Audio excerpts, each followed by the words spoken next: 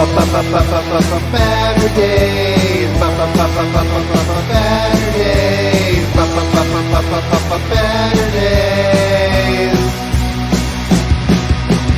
I'm the dog and the minister of comics. Talk forever, get right your ergonomics. Taking questions from the chat. With a name like that, you think they talk more about the facts. Baturdays. Baturdays. Baturdays. In the BatCave.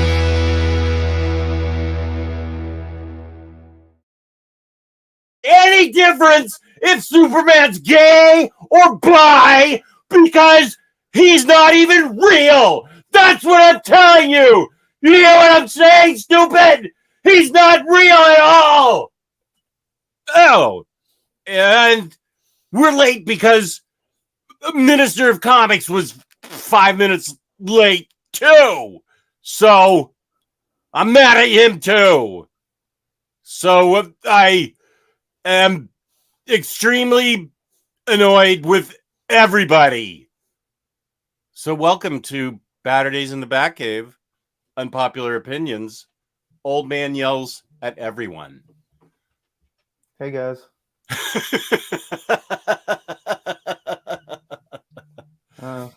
Yeah. So let's have a good show.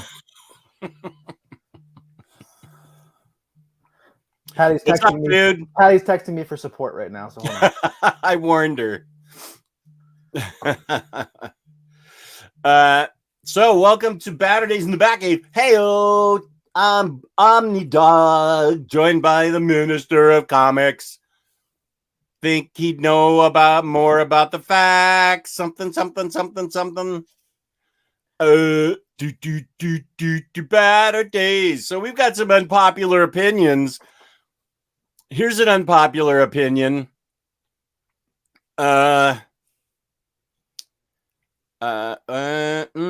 No, that's popular. DC fandom.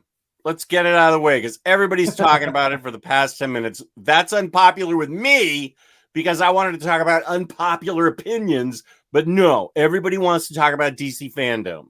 So, what'd you think about Batman, the movie? DC fandom was pretty great. There's a lot of great stuff. We got the Gotham Knights trailer for the new video game that involves the Court of Owls. You can play as Nightwing, play as Robin, Batgirl. That's gonna be pretty awesome. And Red Hood. They had the Suicide Squad kills the Justice League Rocksteady game trailer. They had the Batman trailer. They had some footage from Black Adam, some behind the scenes stuff from Aquaman 2 and from Shazam. They have a Catwoman movie coming out next year, an animated movie, and a Super Sons animated movie. There's a lot of great stuff. First, unpopular opinion. Maybe it's not that unpopular. Maybe it's popular. I'm much more excited for the future of DC entertainment than Marvel entertainment. Interesting. I'm kind of suffering from Marvel fatigue from a little bit. I feel like I'm really excited that DC can go in all these different directions and do a bunch of different stuff because they're not all connected. I love the shared universe for Marvel, but a lot of their biggest players are off the board now, and we're focusing on a lot smaller characters, which is great and cool in some ways, but in other ways, I'm suffering from the Marvel formula, maybe. And I've enjoyed a lot of the stuff this year, but not nearly as much as I usually do. So okay, it's important for everyone. I'm going to put it in the description too. These are opinions, not facts. I'm gonna say how I feel about it.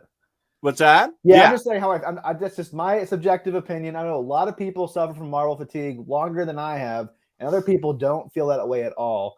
Yeah. That's just how I'm feeling. I'm not saying I'm not excited for Marvel stuff. I'm still excited to watch Marvel stuff, but the DC stuff is much more intriguing for me right now because they can do a bunch of different stuff and a bunch of different timelines that are very, very different. And I think DC has much better animated options too than Marvel does. I haven't watched any Marvel animated. Mr. Tex, you go to hell. Is that an opinion? That's a fact. Get the hell off my show. And somebody agreed with him. Get out of here, you too. The Batman trailer was definitely the highlight for me. It was awesome.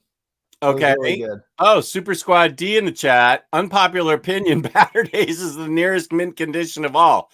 That's a popular opinion. Lloyd Wong, unpopular opinion. Oh, sponsor. He did say it. I was waiting for him to say sponsor. Our sponsor. Whoops. That's the. Here we go. Here we go.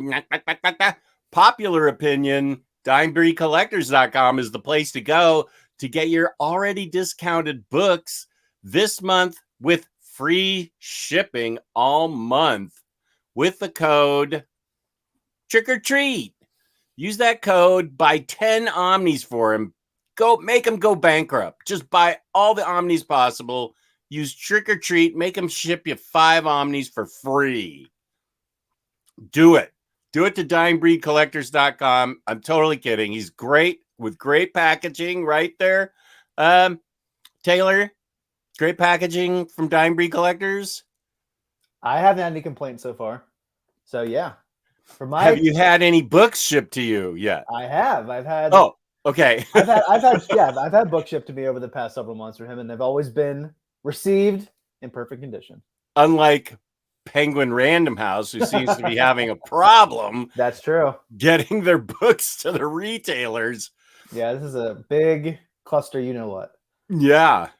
But before we get to the closest I've ever heard you come to swearing, I think. But one thing I do want to talk about for fandom, Jess, is wait, we're not doing Dying Breed Collectors. Okay, sorry. That's okay. Keep that thought in mind. Trick or Treat is your code for free shipping at DyingBreedCollectors.com. Okay, we can go back to DC Fandom. Go ahead. They had Matt Reeves, who's directing the Batman. He's executive producing the new animated Batman show with Bruce Timm and J.J. Abrams. J.J. Abrams I can do without in that trio. But Bruce Timm is back doing the animated Batman show, and he said this line, Jess, which stopped me dead in my tracks. This will be more Batman the Animated Series than Batman the Animated Series. Saying it's going to be dark, it's going to be gritty, it's going to be focused on a solo Batman in Gotham in the early days of his crime fighting.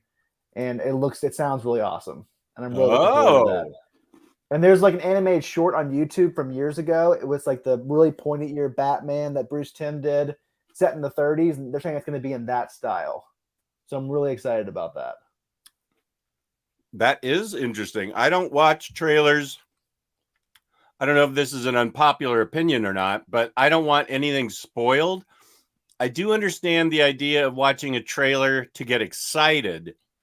So I think what I like, sometimes because I remember the, unpopular opinion. I loved Harley Quinn and the Birds of Prey, or the Birds of Prey and the Emancipation of, that was a stupid name. When they renamed it the Birds of Prey, that was much better. It should have been Harley Quinn and the Birds of Prey. That should have been the title. No question. DC was stupid. That's a normal opinion. But I like that movie, and I don't care if it's an unpopular opinion, but it may be an unpopular opinion. But the first trailer I did watch for that, and it was awful. So it's interesting how you can cut up a movie for a trailer to make it look either good or, depending on who's in charge of it, make it look bad. Because the second trailer made it look like a completely different movie. It looked fun and fantastic, and how it ended up being, which was fun and fantastic. And the movie was a blast to watch.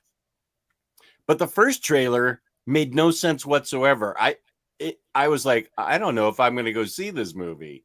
And then the second trailer came out just... Yeah, you were. It was Harley Quinn. You were going to go see it. It looked really bad. It's the exact opposite. It's the exact opposite for the first Suicide Squad movie. That had one of the best trailers I've ever seen. The movie sucks. The movie was so bad. Partly because the movie was edited by that trailer company, and trailer companies should not be editing movies. There definitely isn't art to making good trailers, and I appreciate really well done trailers that, one, don't spoil anything, and second, excite you and make you speculate and think and get excited. Watching trailers is part of the fun for me. I'm just really getting invested in the movie, getting excited. I totally get people who don't want to have anything spoiled. It's all different for everybody. I personally like watching trailers and being excited and being hyped and counting down the days until the movie comes. But I can see why people have the opposite opinion, though. Yeah, I have specifically avoided anything about the new Spider-Man movie because that's just been crazy. I've tried to. I always stay off social media anyway, so I don't know what anybody's saying about anything. But I feel like I probably would like to see this Flash trailer. Was it a trailer or a teaser? It was very much a teaser. There's nothing in the Flash teaser that you didn't already know. Okay. Like, I mean, you already know there's a certain cameo from a certain person, I'm assuming. I actually don't know what you're talking about. Okay, then I'm surprised you're able to keep that a secret from yourself. So I won't say anything else. But even the Batman show, there's nothing really I would think it's a spoiler. We already know the Riddler's the bad guy. And that's pretty much all. There's Catwoman's in it. I didn't know the Riddler was the bad guy. Thanks. Oh, well, we watched that trailer together last year, so he was the bad guy in the trailer. Oh yeah, that's right. Okay. So I didn't think I was spoiling anything. No, you weren't. I don't think it's a spoiler to know who the bad guy in the movie is beforehand, unless it's a major secret, which they're not trying to make it a secret. Well, it's not spoiling things with me because apparently I just forget them. Yeah, so I don't know why you even care if I tell you everything that happened. You're not gonna remember. You're not gonna remember tomorrow. You're like the guy in Memento. You forget every 5 minutes. You have 5-minute memory. I don't want to have it all scraped in and tattooed on my back, though. Yeah, but some trailers stink. Some trailers reveal too much. There's an art to making a good trailer, and some can do it well, and others can't. Just like movies. And Super Squad D, something tells me you two talk together about Marvel fatigue, because this is the first time I've ever heard Marvel fatigue. I don't suffer from it. If you guys do, I understand. It's all about opinions, not facts. I'm happy with any superhero movie that comes out. Here's an unpopular opinion. I am excited, and this is not one that I wrote down, but thinking of DC movies, I'm excited because I bought it. Geo FOMO'd me into it. I'm excited to watch the director's cut of Batman versus Superman because it's supposed to actually be better than the movie. Even my daughter, when my daughter and I watched that movie, and even my daughter said, "What is going on?" About 3/4 of the way through, she said, "What is going on in this movie?" The Ultimate Edition makes a lot more sense. Okay. There's so many plot holes. I doubt that it's going to make people love the movie if you absolutely hated it. If you liked it to some degree, it'll make you like it a little bit more because the plot actually makes sense. You understand the beginning in Africa because that whole plot line made no sense in the movie. You had no idea what was going on. How did Superman miss that bomb in Congress? How didn't he see that? It explains it in the Ultimate Edition. And you get more scenes of Clark actually doing stuff. And actually wait, don't spoil it for me. I haven't even seen it. What is with you? I'm just giving opinions. To stop. Okay, unpopular opinion. I'm kicking the Minister of Comics off the show. Okay, now it's my show. Okay, I'm just kidding. I didn't really spoil anything, but okay. You're much more unpopular opinions. Jess is too sensitive to spoilers. Yeah, I don't want any spoilers. I don't want anybody telling me anything about everyone has different understandings of what spoilers are. No, that's no. You know what my spoiler line in the sand now is. I want to know nothing about the movie. All right. Let's just move on to the next thing. Unpopular opinion number 2. What is Oh, Mr. Awesome. You joined Mr. Texan Hell. Let's see. Don't care.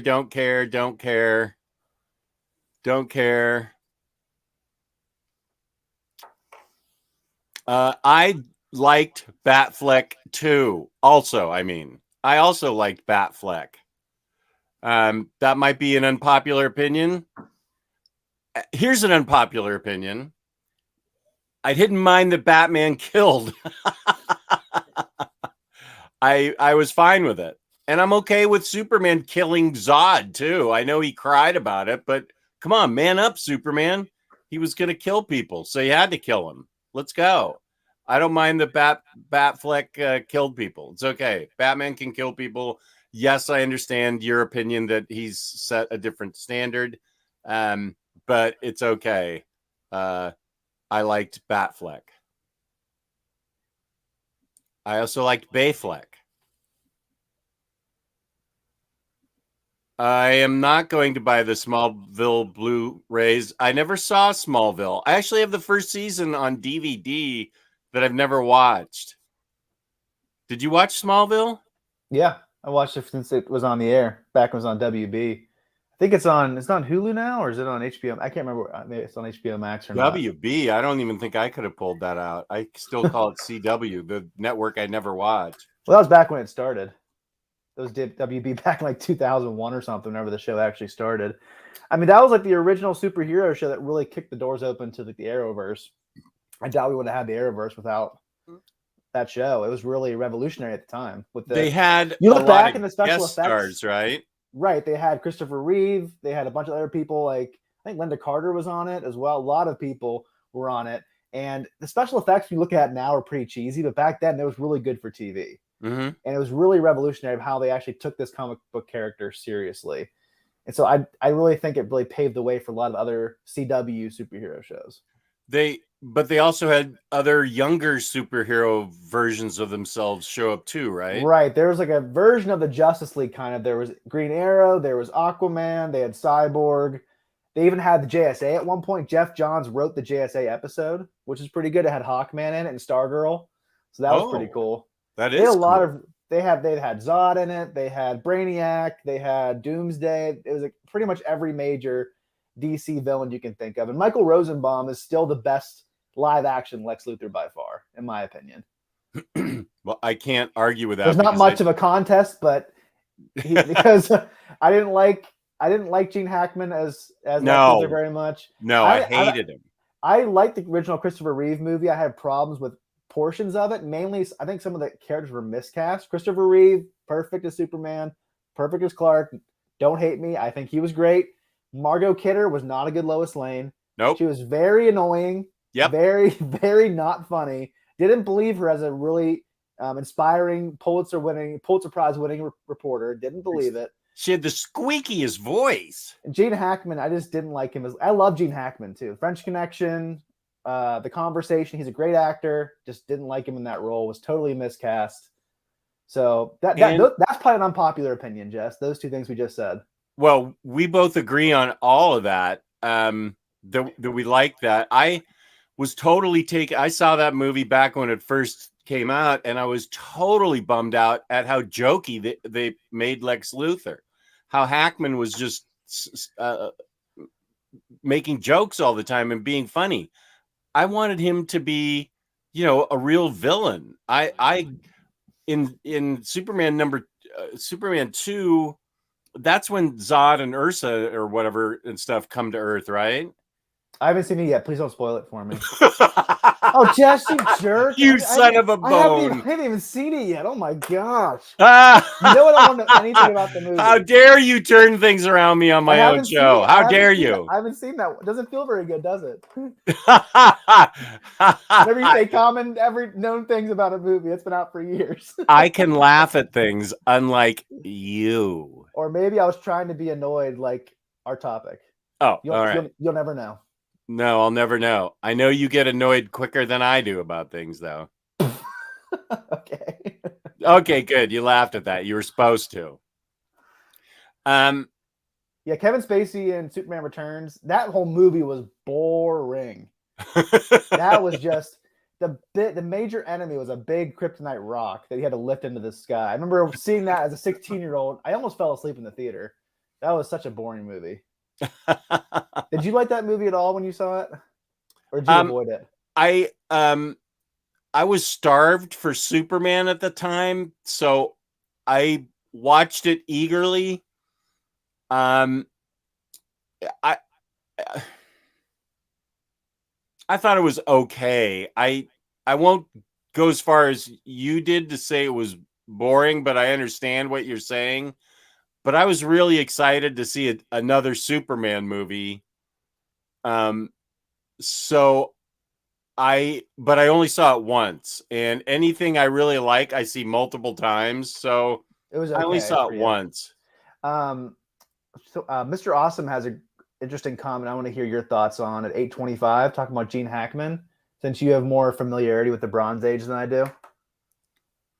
Wasn't Hackman Luthor more in tone with Bronze Age DC though? With the camp, I maybe I don't actually. I mean, I'm not dismissing your comment, Mr. Awesome, when I say I don't care.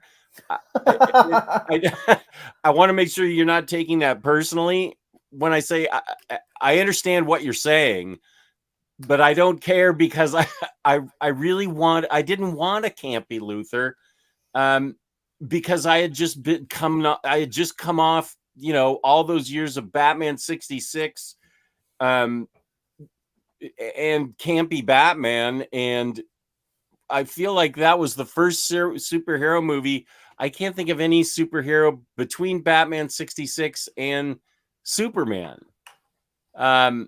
If there was something, I don't think I saw it. And movie or TV show? Are you saying movie? Movie, yeah. Okay.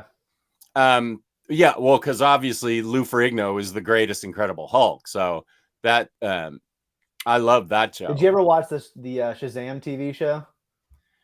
Was that the one that was paired up with Mighty Isis? I'm not Mighty Isis. I don't know. Oh, Isis! I had a crush on that actress. It's hard to hear Isis in 2021 and not know what you're talking about and be like, "Wait, what are you talking about?" Sorry, yeah, Isis. It was a goddess that I can't think of this actress's name. I'm sure the chat can check it out for me.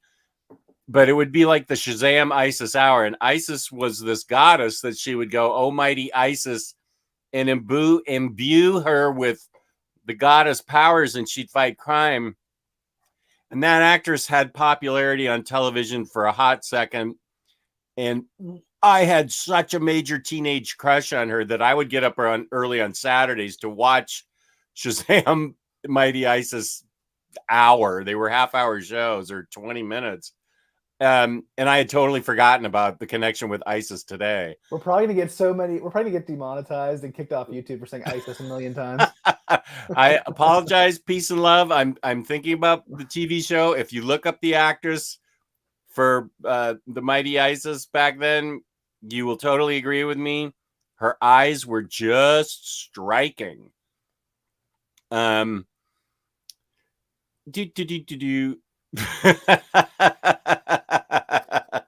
That is so not what I said. Unpopular opinion: Ben Uncles is a jerk. If the FBI comes to my door, I'm throwing you under the bus. Yeah. Oh, now here's a movie I admit I never saw. Steel. Oh, I saw that back in the 90s when Shaq was doing movies like that. And wait, what was the other movie? The one where he was a wizard or he was a genie? Oh, Kazam. Kazam, yeah. That was, I remember he made like Skittles Like Rain or something like that. That was really cool as a kid. Yeah, okay. I'll admit they're both bad movies, but yeah, some nostalgia factor for me. Joanna Cameron was the actress. Thank you, buddy. Unpopular opinion: Saz Murph is a good guy. Isis and Linda Carter Wonder Woman. I've said it before, but she lives around here. Linda Carter does. Don't know if she still lives around here, but her husband was a famous and powerful lawyer back in the 80s. And so she lived here. And I was running when she was out for a walk in this really neat kind of park area in Washington. And it was her. And she was super nice. She gave somebody directions or something. She was smoking in the 80s. And then I saw her at Baltimore Con in 2018. Did she spin around in a whirlwind or not? No. Oh, that's disappointing. I don't remember that part. I was just captivated by how good she looked. And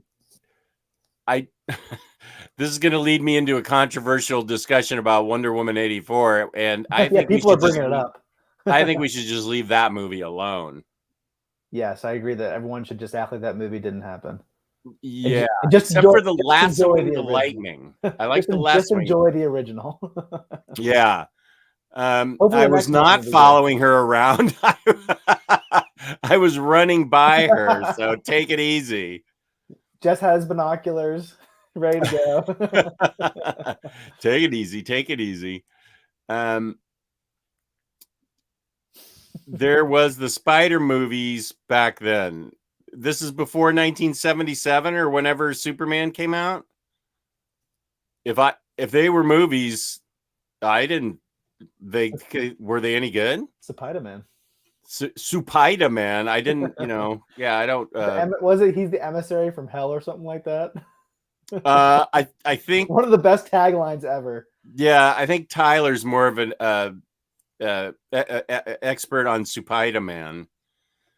Oxmeat Pete with the popular opinion that she was beautiful, and he was referring to Joanna Cameron, who I'm not writing her name down. I'm writing something else down. Joanna Cameron. Okay, Saz Murph says the Spider-Man movies from the 70s were bad. I think they used ropes for webbing. I know they had Spider-Man movies. I don't remember those at all. I remember some of the TV shows they had. I think they used ropes for webbing. I did see, if you go to Alamo, the Alamo Draft House, one of the good things they have is that a full half hour before the movie, they usually have, before superhero movies, like we saw, my movie buddy and I saw what was the second movie called? Spider-Man in Europe or something? No Way Home? No Way Home. Far From Home. No Way Home's a new one. Far From Home. Okay. Yes.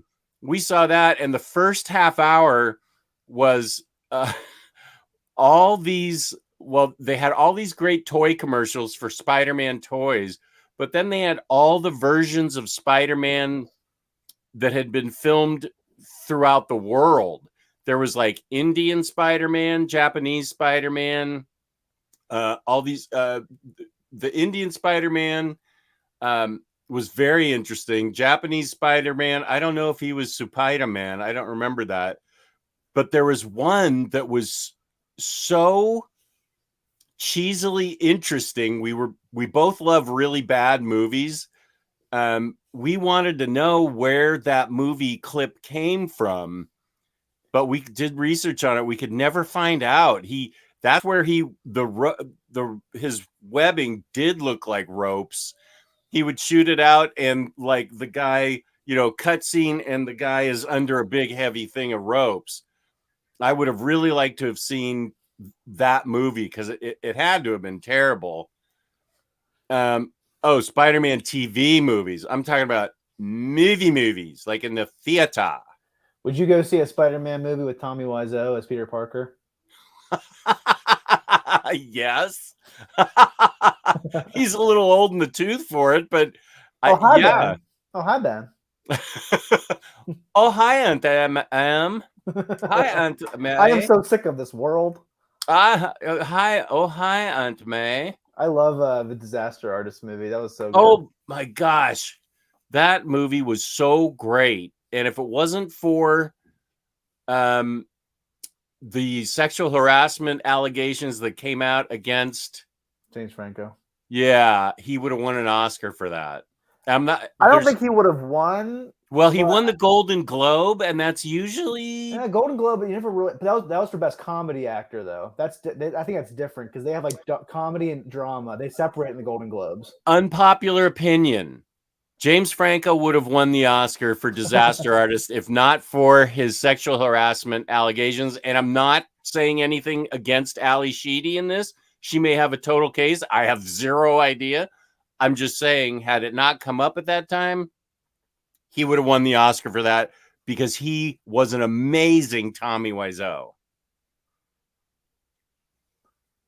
So there's my explanation. What are you popping off about, Mr. Tex? That explains your love of the Harley Quinn movie. What does? Oh, bad movies? Why are you still here? Super chat me $5 now or get out. You're having too much fun being mean. Hey, I am. Oh, this is a good idea. Oh, it's a real thing? Have you seen this? No. It is hilarious, but actually surprisingly good. See, Mr. Tex, this is what you should be bringing to the chat. Stuff like this. Carlin, where do I find this on YouTube? Just YouTube search Tommy Wiseau. You got it already. I think it's just like a made-up thing that they just did for YouTube. I don't think it's actually him auditioning. But I'll still watch it though if this is over. Oh, totally. I'm leaving it up on YouTube so I can watch it. Whoops. I need to go now and do important stuff like make a cup of coffee. Have a good evening, gents. Yeah, good to see you, Stanley. What's that? Isn't it like 2 a.m. for him or something? Oh, I think he sleeps during the day and stays up. He has a switched up schedule. He's feeling much better thanks to the migraine shots, and peace and love to Stanley, one of the great guys in the world. Really, seriously. Wow, I never said that about me. I say that behind your back. Oh, good. Flush Jackson, first physical book order, joke's on me. Ordered the deluxe slipcase, Something is Killing the Children. Boom, completely horked the print order. Horked. I'm going to write that down. I want to use that. Horked the print order, and now less than a third of the people who ordered will get.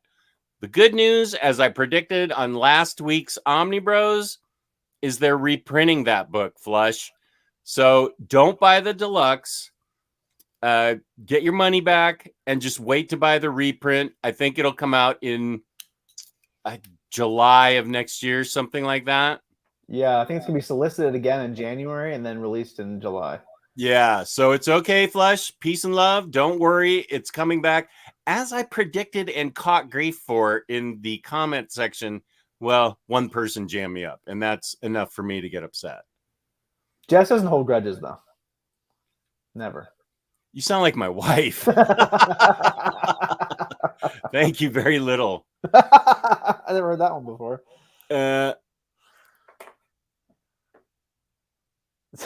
Mr. Tex is actually being nice now. Oh, he is? Wait. Are you? Are you, though?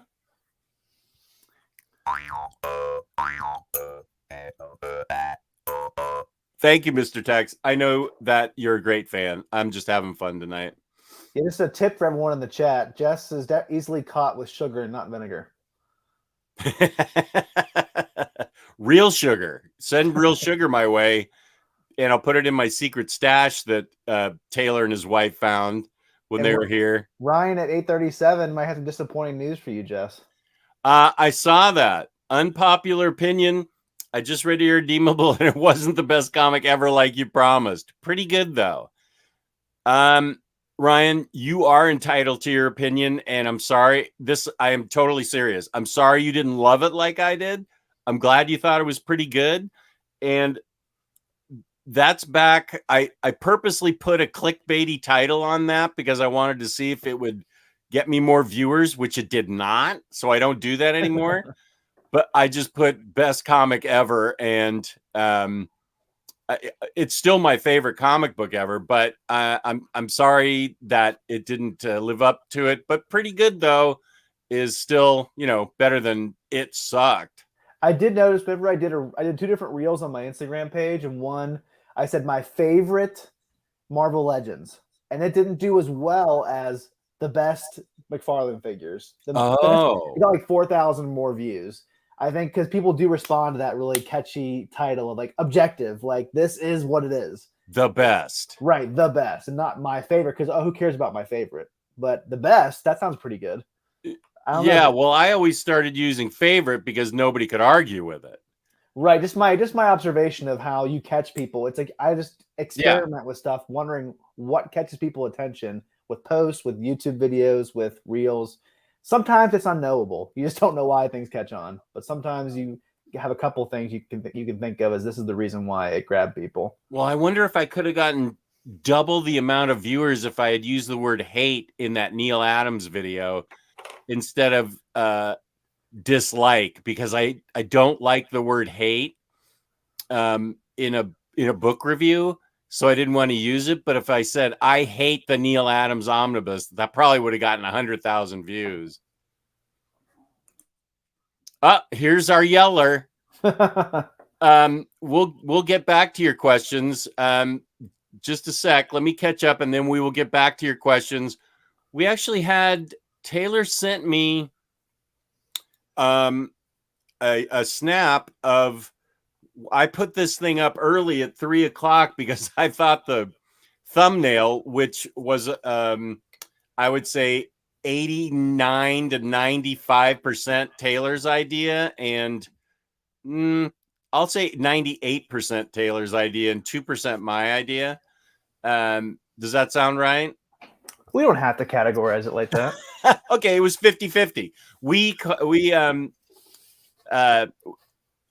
I thought it was our best thumbnail ever, and so I wanted it up early to catch people, and we got early chats from it. We even got a super chat on it, but it all disappeared by the time the show started. So I dare you to super chat us. I dare you. Yeah, unpopular opinion. I never get super chats on this show or any show, and Omar does Map My Dopey X books and gets $500 in super chats. What are you guys up to? I know you're fans of both shows. What's more important, Map My Boring X books or unpopular opinions? Unpopular opinion, Omar's actually a great guy. Jess has more Garish shirts to buy. Come on, help him out. Come on, man. Garish. Oh, if you weren't the minister, if this was Omni Bros, I would tell you off. I'm being your memory again. You called it garish whenever you first showed it off. Son of a using your words. Okay. You know better than to cross me, Jess.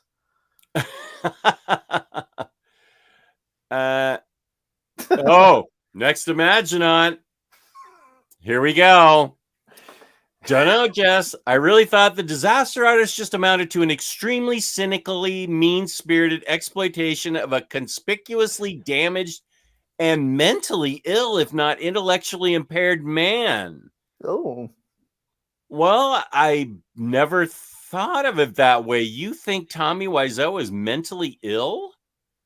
I don't think I've heard anybody intellectually impaired.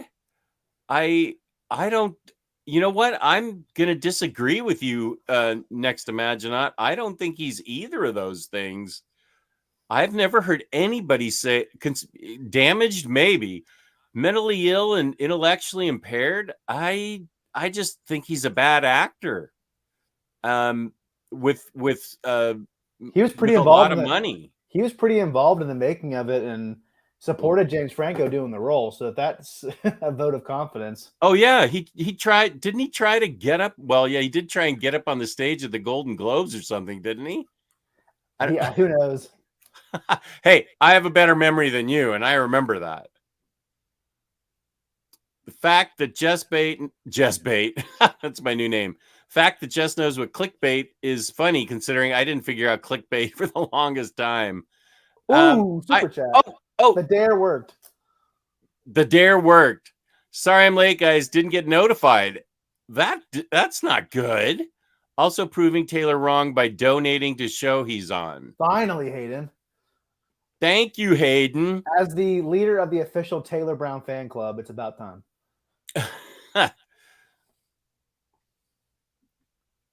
Yes, I do. If not both counts, you really ought to read more up on him. I'm not going to do that because I've got too much other reading to do. I got a channel to support. We're just going to have to agree to disagree. But I appreciate your opinion. Let's go back to the super chat. Hey, Hayden, how's it going? Thank you for the super chat. $8.99 in British sterling is like $45 American. So really? it's like twice. It's like twice that. $9 is like $16 American or something. So I was gonna say, it's not 45. No, it's like whoa. Probably like $15. Really, a lot changed in the past 2 years since they caught up on pounds to dollars. Yeah, somebody out there with it. But I appreciate it, Hayden. And I will, since we got 2 super chats on this show. Whoa, we lost Minister. But since we got 2 super chats on this show so far,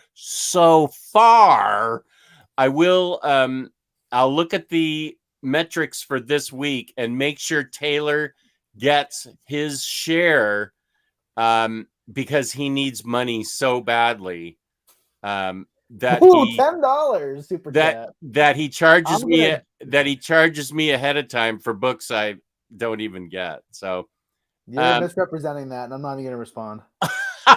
You're misrepresenting what actually happened. Tim, $10. Yeah, your wish has been granted. I already read Berserk. I read Berserk, the first one, and it wasn't for me. I appreciate your super chat a lot. I sincerely mean this when I say it means a lot to us. But I read Berserk, and it didn't do anything for me.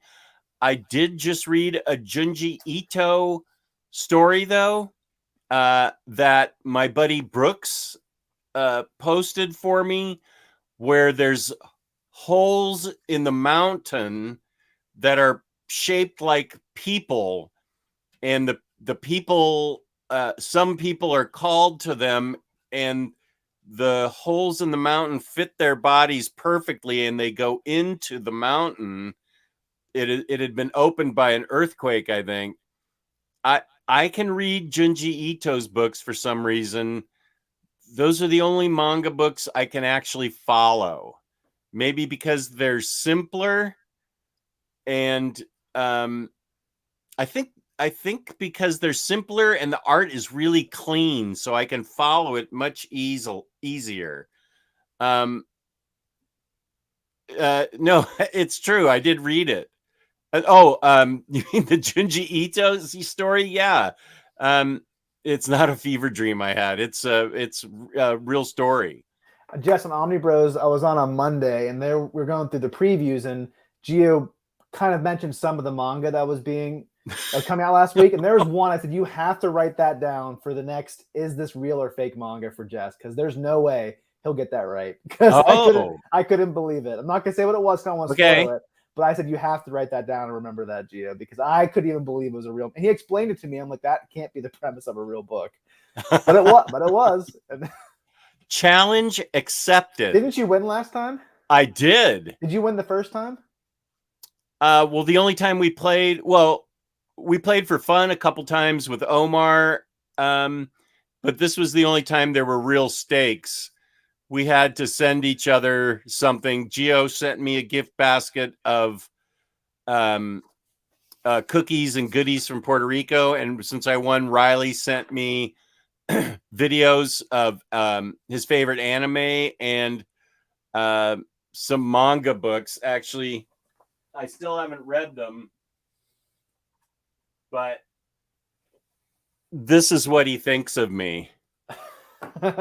Because that's what he sent me. I think he really just wanted to get it out of his house. I have a great idea for like a little clip you guys can do for your next fake manga, real manga show. Hopefully I remember to tell you about it when the show's over, because I don't want to ruin it.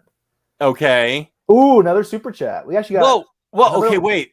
Hayden did one too. Just a sec. Okay. Hey, that's just a hashtag. Don't take it personally, Tyler. It's just a fun hashtag. We're not gonna dwell on that, but there's room for all T names here. There's well, yeah, I think manga is a personal thing. I have trouble following it, so that's my issue. Now wait, somebody was complaining. Bane the Assassin, I feel like he's read every comment but my question. Sorry, Bane. Let's see. Repeat your question and we'll get to it. It's because I couldn't understand it. You think the chat is your ally. Oh. I love Bane in the Harley Quinn show. Oh, he's so great. I'm so glad the third season's going to be coming out. They had some footage, but it wasn't finished animation. They were just working on it. So it's probably going to be a little bit until it comes out. But I'm still excited it's coming out at some point. The Imperfect Scrapper from Australia. Nice. Okay, where's something Bane? Just have him, Bane, just repeat your question in the comments. And we'll try Yeah, to get to it. Bane, repeat your question. I promise to get to And it. just so you guys know, for those of you who haven't done a live show before, we never try to ignore comments unless they're really jerky. But they just really come fast and furious, and it's really hard to keep track of all of them, and you kind of get off on tangents. So we never intentionally ignore your comments unless they're rude. So never think we're trying just to blow past your comments. It's just hard to keep track of all of them. Yeah, and I'm ready to give the first of my official unpopular opinions. I know I've been shoving unpopular opinions out there as they occur to me, and it'll surprise no one. I love Tom King's run on Batman. Start to finish. I don't care that anybody didn't. The only way I know that the finish wasn't popular was when you and I talked about the books, and then one of the comments was, what? How dare you? The whole Batman community didn't like the way the book ended, and then went into great detail about what the online community hated about it. That's the only way I know that people didn't like the way King's run finished, like the very end, how it finished. Peace and love, that's cool. I loved everything in it, especially books 3 and 4, especially book 3, especially the date stories where they go on the double date stories, and the story where Poison Ivy is still broken from jokes and riddles, and they have to call in Harley to calm her down. That was so spectacularly written, because Batman, for the first time I had seen, twice says, when Catwoman asks him how they're going to solve it and what they're going to do, says, I don't know. He doesn't know. So I loved Michael Yanin's art in it. I liked Clay Mann's art in it. Tom King may be better suited to write 12-issue maxi series. Some of the stories in there were weaker than others. I like the way it started. I like the way it finished. I loved everything in between. Unpopular opinion, I love Tom King's Batman. I don't want to interrupt you, but we didn't go to Ben Uncle's super chat. Make sure we don't ignore it. That's all. Sorry, Ben. Just a sec. Let me go there. Nope. Thank you for reminding me. Ben Uncles. Here's a dang super chat, you filthy scavengers. Unpopular opinion. Jess has trouble with technology. We all benefit from it. You finally figured out the intro, though, so that's good. So yeah, I did figure out the intro. I have had trouble with technology. I think that's a popular opinion, but I'm not going to argue with a super chat. Thank you, Ben. And I appreciate being called the filthy scavenger. That's the nicest thing that's been said to me today. So we appreciate that a lot. And boy, you're gonna have half your mortgage payment when I send you your check from. And Tim just did another super chat. Tim did? Does he want me to read another manga? I don't know. We'll have to read a super chat to find out. Tim, another $10? It's raining money. Been watching for 5 years. Just want to say thanks for the great content and countless hours of entertainment, Jess. Also for how much money you have cost me over the years through recommendations. Awesome. I don't try and cost people money, but I do want them to read what I read. So, well, no, I don't want them to read what I read. I want to suggest books that you may not have been on your radar, is really what I'm trying to do. I like a book like Spider-Man Life Story instead of Nick Spencer's Spider-Man run. Nothing against Nick Spencer's Spider-Man run, but everybody is reading Spider-Man that way. And then a little gem like Zdarsky's Life Story pops up, and I want to draw people's attention to a book like that. That's really that's really the whole reason I started the channel, Tim, and I really appreciate the fact that you donated. I appreciate more the fact that you've been watching for 5 years and that you've enjoyed the channel, because any feedback I take seriously, not just positive feedback, but the positive feedback does feel good. And that goes for Taylor also, because Taylor has helped the channel with Baturdays, and Kristen has helped with the Omnicat show. It's fun to have these live shows. And I've finally gotten a burst of creativity for this month. I have at least 7 ideas, and they're all different things that I've never done before. So I had a dry spell, man. I just couldn't think of anything interesting. Avengers by Hickman. I didn't know what to review. I just didn't have I was almost going to review this. I didn't know what to review. I just had a dry spell. So now I have plenty of understanding. Not understanding. I just saw Ryan's question here. I have plenty of ideas, so I'll have way more videos popping up besides today's. And the answer is, in my opinion, no. You can just start Tom King's run right away. What do you think? I don't think there needs to be anything you read before. Nothing I could think of that would. I don't know. I don't think so. Did it follow right after Snyder's run? Yeah, it was right after Snyder's run. It was a start of Rebirth, but there was nothing really there that was. There's the initial Rebirth issue where they kind of tie up some loose ends, but I really don't think you have to read that issue in particular. But I think you're fine. Just start there if you want to. I would always recommend reading Scott Snyder's run, though, if you haven't read it yet. That's a great entry point to Batman for people who haven't read a ton yet. Yeah, I always say the best place to start for modern Batman, or just Batman in general, I think year 1 is the perfect place to start, and then do Long Halloween, Dark Victory, and Haunted Night, and then do Scott Snyder's run. I think that's a great way to read Batman and really get into the character. Oh, here's Bane the Assassin.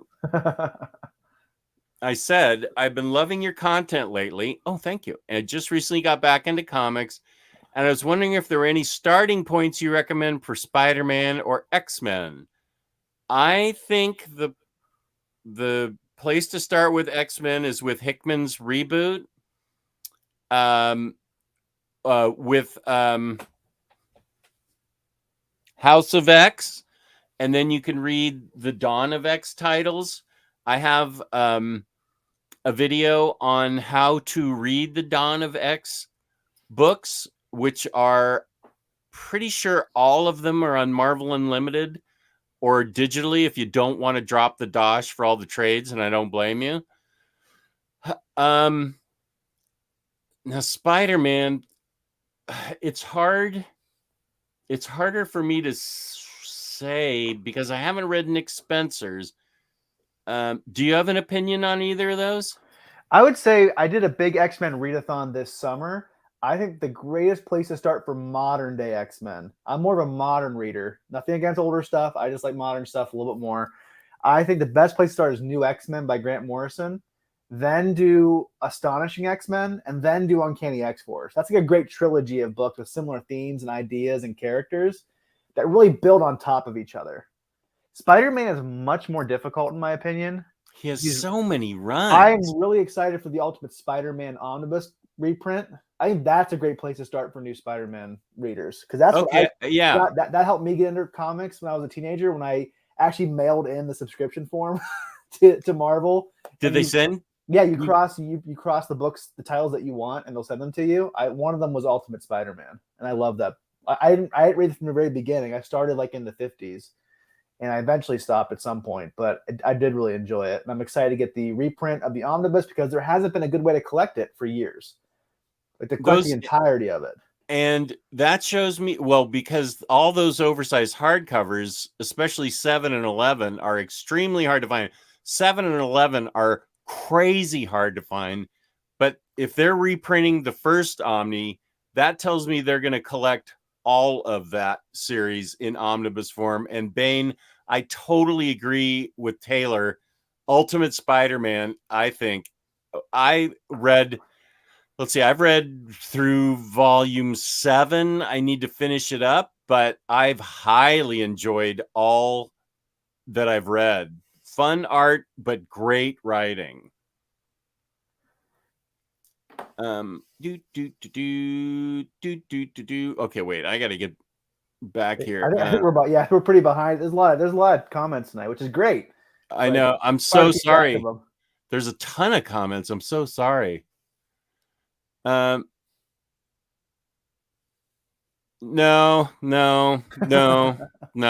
can't do it. I love you, Julio, but I can't. I can't.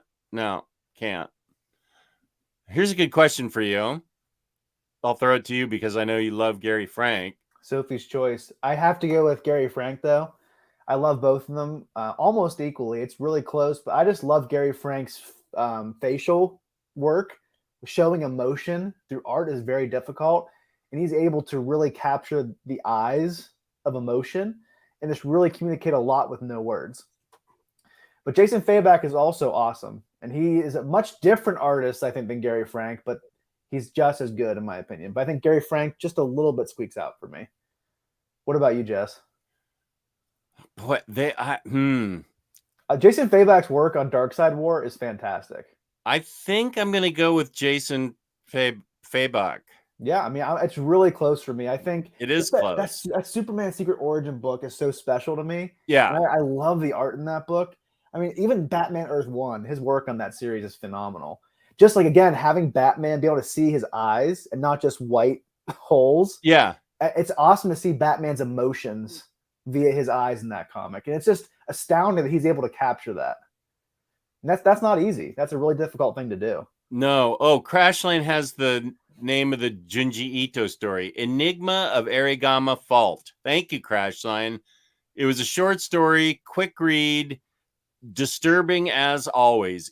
That's one thing about Ito. I know Taylor won't read manga, and if he ever did, I would tell him not to read Junji Ito because it's so disturbing and not his thing, and it's way too scary for Tyler to read. I do like disturbing stuff, though. Well, yeah, you do like disturbing stuff, but you don't like manga, so it's a moot point. No, I'm not reading manga. No, stop. No, people aren't getting the hint, Jess. No, gosh, come on. You should do like a PSA on your channel. I feel like I've been saying this for 5 years. That's true. Let's see. Riley wasn't allowed to keep Gigant.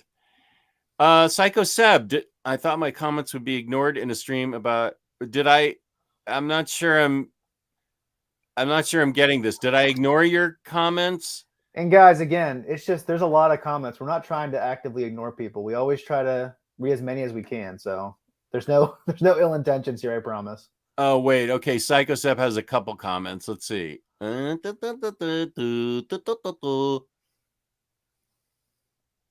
Super Squad D has an unpopular opinion. It's totally acceptable to buy omnis and hardcover comics with zero intention to read them just because you like to collect things. Oh, and up here, there's more Tommy Wiseau comments, which I missed, but I don't think this needs. Yeah, we can move on from Tommy Wiseau in the room. Yeah, I don't. I'm scrolling up. Yeah. Oh, yeah, we are far behind, aren't we? Yeah, we are. Unpopular opinion: the thumbnail for your cultivating your collection was better than today. Interesting. Heresy. My idea is better than yours. I have a master's degree in theology, so I know what heresy is, and that definitely was heresy.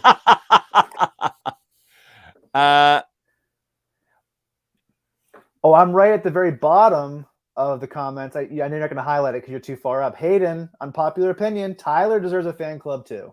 There you go. Oh, well, I agree, and I love Tyler, so I'm always in on. I just talked to him before the show. Oxmy Pete, I subscribe to a few YouTube channels that all out lie and make up salacious titles that are never talked about in the video. Well, why do you subscribe to those? I get it. It's difficult with people who want to make a living off YouTube and they survive off clicks. I'm not saying it's right to do it. I understand the temptation to do it though, just because how people gravitate towards negativity or clickbaity titles. I think. Wait, did we just get a new super chat? There's a new. I need to dare people more often, Jess. Yeah. I'm going to dare people every episode now. Oh, Flush Jackson. Whoa. This community actually helped me through some rough patches during the pandemic. It feels like a family. Toss this in the root beer ice cream fund. Peace and love and thank you. Flush, buddy, thank you so much. I totally appreciate that. And so does Taylor. I will 100% split whatever YouTube lets us have. YouTube like takes a third, I think. I don't know. I don't have any experience with super chats, but I've heard they take a chunk out of it. But I'll do the metrics at the end of the week, like Friday or Wednesday, and see what we got. So keep making it rain, buddy. Okay, thank you. This should be our fun money whenever you come and visit me in November. This should be our slush, this should be our slush fund for yeah. food and We'll comics. both put it in a slush fund for the Pittsburgh visit. That sounds like a great idea, Jess. Put it in a piggy bank and we'll break it when you get here. Okay. Unpopular opinion. I don't like manga because it's very weird to me. I feel the same way, but I don't disparage anyone who loves manga. That's great. I'm glad you guys love it. That's fantastic. I'm glad there's entertainment out there for everyone. I agree with that. I'll put it that way. Yeah. I well, one reason I'm glad I don't like manga is because I have a hard time just reading what I own. I can't read an 80 book series. Like Gio was saying, there's one series that's like 130 volumes. I can't read that. I just can't do it. If you look at Riley's library, I think he's reading more manga now than Western comics. And I just can't get sucked down that hole. I haven't read more than 30% of my books. And I think that's being generous saying 30%. The day I get to 50% is going to be a celebration. I can't throw manga in there too. Plus, it's hard for me to read, and the stuff that I've read has not lit up my board. So, peace and love. I am super glad that everybody who loves manga loves it. It's great that you have it. It's just not for either one of us. Oh, here's another compliment. Flush Jackson, I agree 100%. I love these guys. Right on, Marcelo. And the imperfect scrapper at 906 has a nice compliment as well. The imperfect scrapper. I'm a woman on the wrong side of 40, just getting into comic book reading, and I found Jess's videos and recommendations very accessible for everyone, which I appreciate. Right on, Scrapper. Thank you. And as someone that's also on the wrong side of 40 by a lot, there's nothing. You're a youngster compared to me. So think of yourself as on the right side of 60 in this guy's opinion. But I think Imperfect Scrapper has written me a couple comments recently on some of my videos, and they've been really good. So I appreciate your being a new viewer, Scrapper. Thank you. Is there a TPB of Earth 1 Batman coming? Isn't there already one? I thought there was. I had the hardcover, so I'm not 100% sure. I have the hardcovers also. I really hope that they'll do like an absolute or an omnibus of these books at some point, because I might upgrade.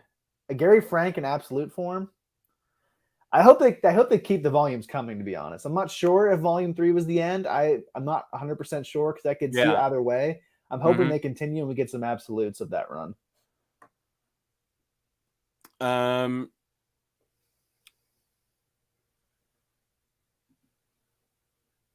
Unpopular opinion from Marcel. Respect the characters. There are guides and models on how to draw them. I don't care who you are. You have to stay in model.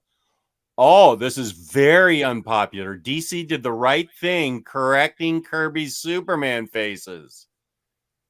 I politely disagree, but that is a bold statement, and I give you credit for saying that, Marcelo. Bold. That's bold of you. Very bold statement.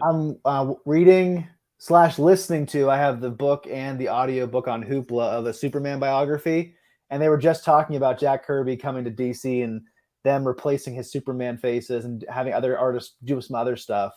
It's hard to imagine the king of comics being being changed by other artists. He was even saying in the book, a lot of these artists felt terrible about it because they respect him, they looked up to him, they got into art because of him, and they're correcting his art. That's crazy. With Vince Coletti. It'd be like being like a worker on a Spielberg movie and then asking, "Hey, can you reshoot some of those scenes for him if we don't like those?" Yeah. You're like, no, I don't really want to, but okay. I think I have a lot of questions to catch up with, but we should get an unpopular opinion from you. All right, unpopular opinion number 1: oversized hardcovers are better than omnis. That's right, I said it. Because big omnis are annoying and they're intimidating and they're hard to read. Oversized hardcovers are the best of both worlds. They're easy to read and there's oversized art at the same exact time. If I have oversized hardcovers, I'll never upgrade to an omni if it's solicited, ever. I'll upgrade to an omni if it's small enough and if I have the trade paperbacks or if I've never had the series. But I'll never upgrade. It almost seems like a lateral grade for oversized hardcovers to omnis. So that's why I think the majority of my collection is oversized hardcovers. And I do have omnis. I do enjoy some omnis, but they can't be over 1,000 pages because they really annoy me at that point. I don't know how I'm going to get through the Green Arrow Omni Longbow Hunters. Dude, that Deathstroke omnibus, have you seen how thick that is? That you I have. It's insane. I think that might be one of the biggest, top 5 biggest omnis so far. I do love collected editions. That's the reason, we're all in this community. We like collected editions. But I do find really huge omnis to be almost a joke or a challenge that the publishers, first of all, is the binding going to hold up? That's the most important thing on a big book like Green Arrow, by what's his name? Mike Grell. I liked his run when it came out, from what I read of it, but that's like 1,500 pages, and I bought it, of course, because I'm an idiot. But wait, you wanted to say that last night, didn't you? Remember we were talking about this, and you wanted to say, "I hate myself for buying big omnis." I do hate myself. I do hate myself for buying big omnis.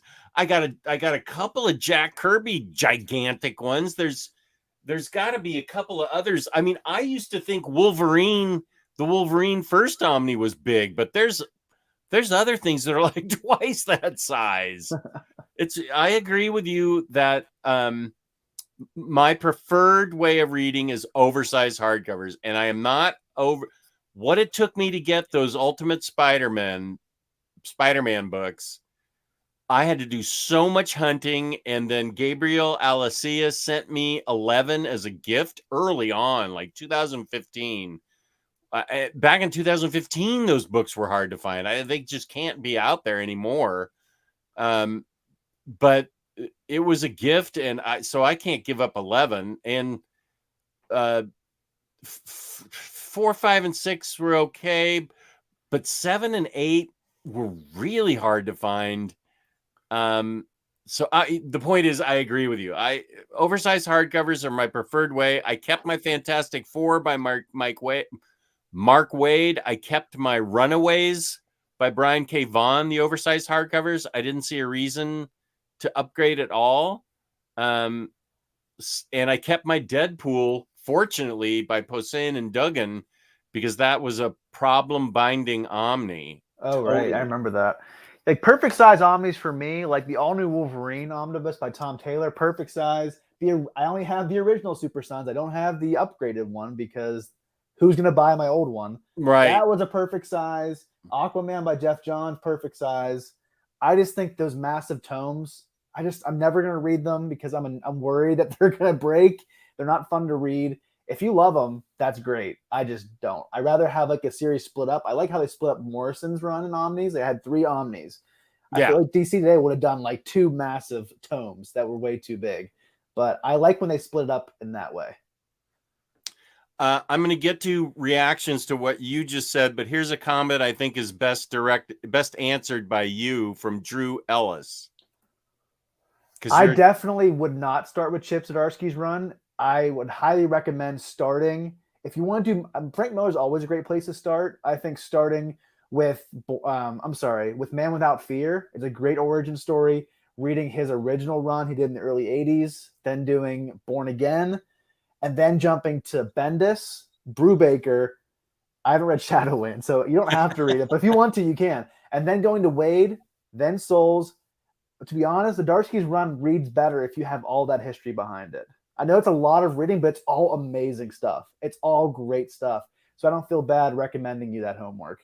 It's going to mean a lot more to you if you read these things in order. And I think the deal with Shadowland is that the main story, what I've heard, I haven't read it either. The main story is fine. It's just all the tie-ins in that Omni are not very good, and you've got to wade through those. And that Omni was way too big for me, and I heard the tie-ins were terrible, so I didn't feel like investing that much money in a book that was way too big and a lot of it wasn't good. I do want to read the main event at some point, but Zdarsky's run is a classic in the making, and it's fantastic. And everyone should read it, but I think you should read all the other stuff beforehand to really get the most out of it.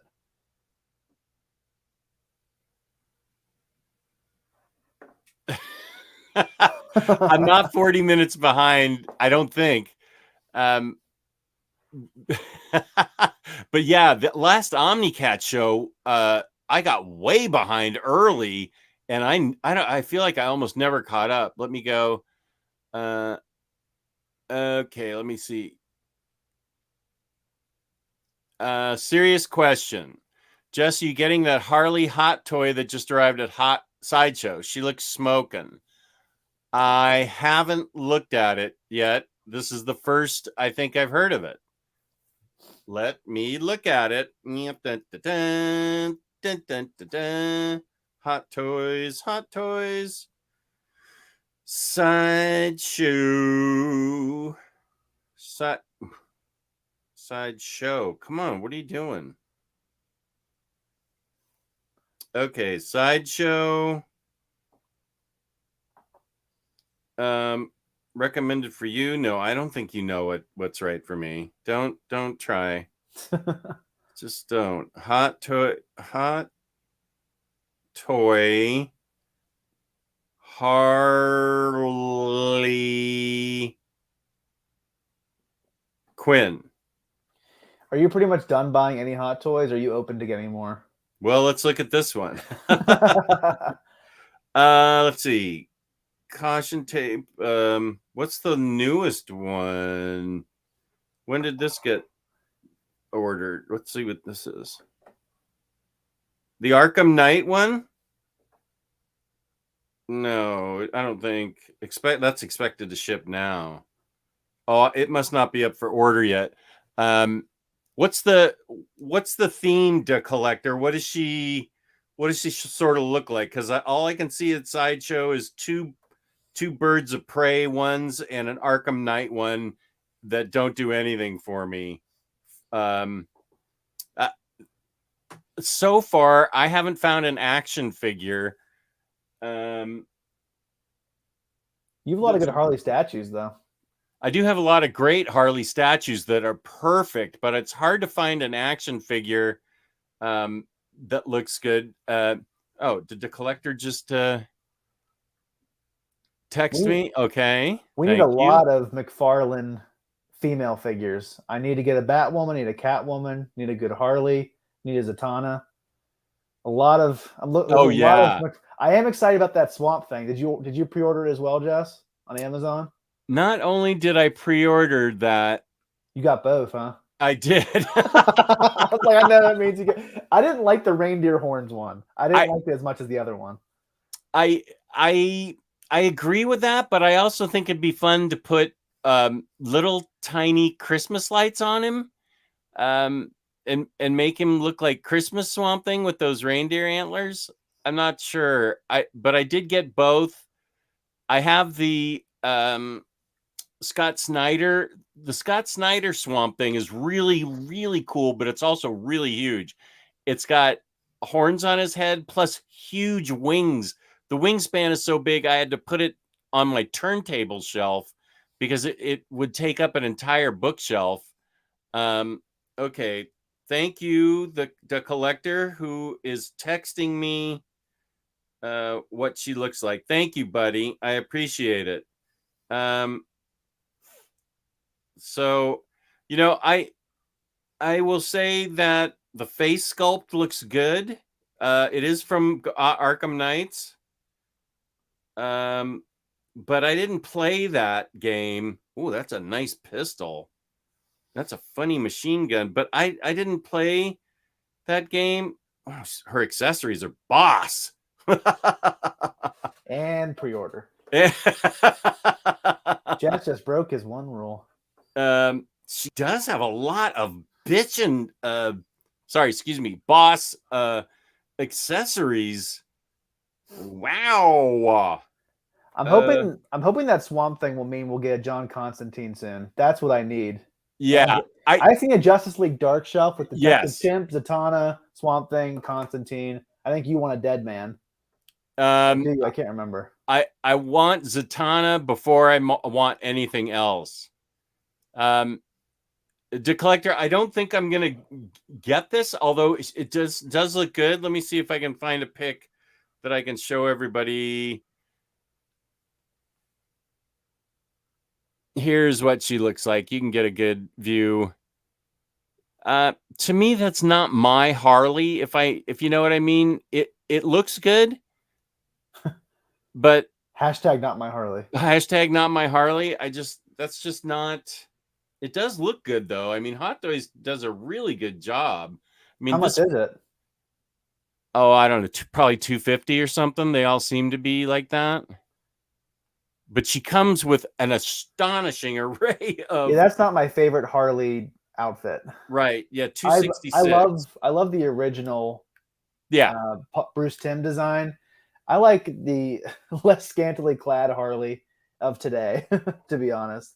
Yeah, I would love. I have a Connor and Palmiotti one, and it looks good. Then I have a Birds of Prey one that looks okay. They haven't nailed Margot Robbie's face yet. Have you seen some of those busts they have of her though on Sideshow? I'm not a bust collector. No, yeah, I'm not saying you're gonna buy them. I'm just saying, have you seen her face though? It looks Yeah. it's crazy. It looks like she's like sitting right there. It's crazy. right. Yeah, but busts might be easier to sculpt to get a face sculpt like that. Yeah. Because it's actually the size of a human face. It's not like a scaled down version. Yeah, this is a figure that's fairly decent. I mean, it's got the clown face on her with the big mallet. I kind of like this one. But I feel like McFarlane hasn't. I haven't seen an action figure yet that really, really grabs me of Harley, and I want that Zatanna figure to be perfect. John Constantine, I'm sure he'll do a good job on that. Detective Chimp, you got to have him. You've got Swamp Thing and Dead Man, and am I missing anybody? I don't think so. I think it's pretty much the whole crowd in terms of the Justice League Wonder Dark. Woman. Yeah, After Metal, Wonder Woman joined. We just need a good Wonder Woman from McFarlane. There hasn't been one yet, in my opinion. A Yeah, good classic. Even their Superman isn't to my liking. I'm not into the new Rebirth one they have coming out either. They haven't perfected Superman. I know you have the classic Superman that they made. Something was off about his face. His shield was way too big, and he was too skinny. His arms weren't really what I thought he would look like. I just didn't love that figure, so I didn't buy it. But I'm waiting for a really great Superman figure. I actually don't have that. I thought you had it. I could have sworn you did. The Superman from McFarlane? No. Yeah, Superman 1000. I could have sworn you had it. No. You got it with the Doomsday. Oh, Yeah, they're fighting over here in the diorama. I'm sorry. Yeah, I just didn't love that design as much as I wish I had. Yeah. I think they could do. I think they could do a better face sculpt and a better body sculpt. Okay. We just need more Batman. Obviously, there's not enough Batman. There's not enough Batman. But I mean, who am I to complain? I bought a lot of them, so whatever. Best Halloween reads. I'm doing sort of a series this month on October reads because they're not going to be all about scary reads. But offhand, I can't give you anything more than the normal recommendations. Harrow County by Cullen Bunn, Severed by Scott Snyder. Who? Lock and Key by Joe Lock Hill. and Key. That's I think that's actually the scariest of them all. American Vampire by Scott Snyder is great. Witches is really good. Yeah. In terms of a superhero book, Deceased is really good. I think. Yeah. Jess and I both love that series. The Unkillables is one of my books of the year. I agree with that. In terms of a Batman horror book, The Black Mirror by Scott Snyder is a great horror Batman story with a killer ending that leaves you thinking about it long after it's over.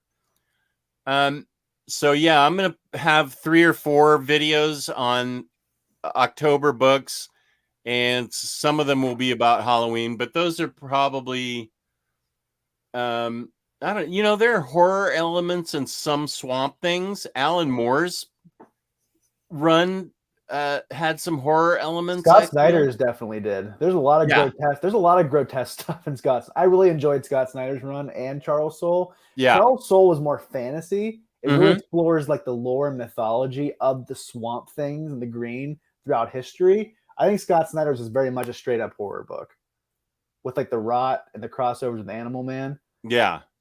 I just got the Gideon Falls hardcover in. I'm definitely gonna read that before the end of Spooktober. Infidel, excellent choice. Infidel is about a racist apartment building. It's a xenophobic racist apartment building. It's haunted by previous residents full of hatred, and it's written by Pornsak Pichot. I think he's from Thailand. I'm totally butchering that. Infidel's brilliant. Gideon Falls is great, as Taylor said. So yeah.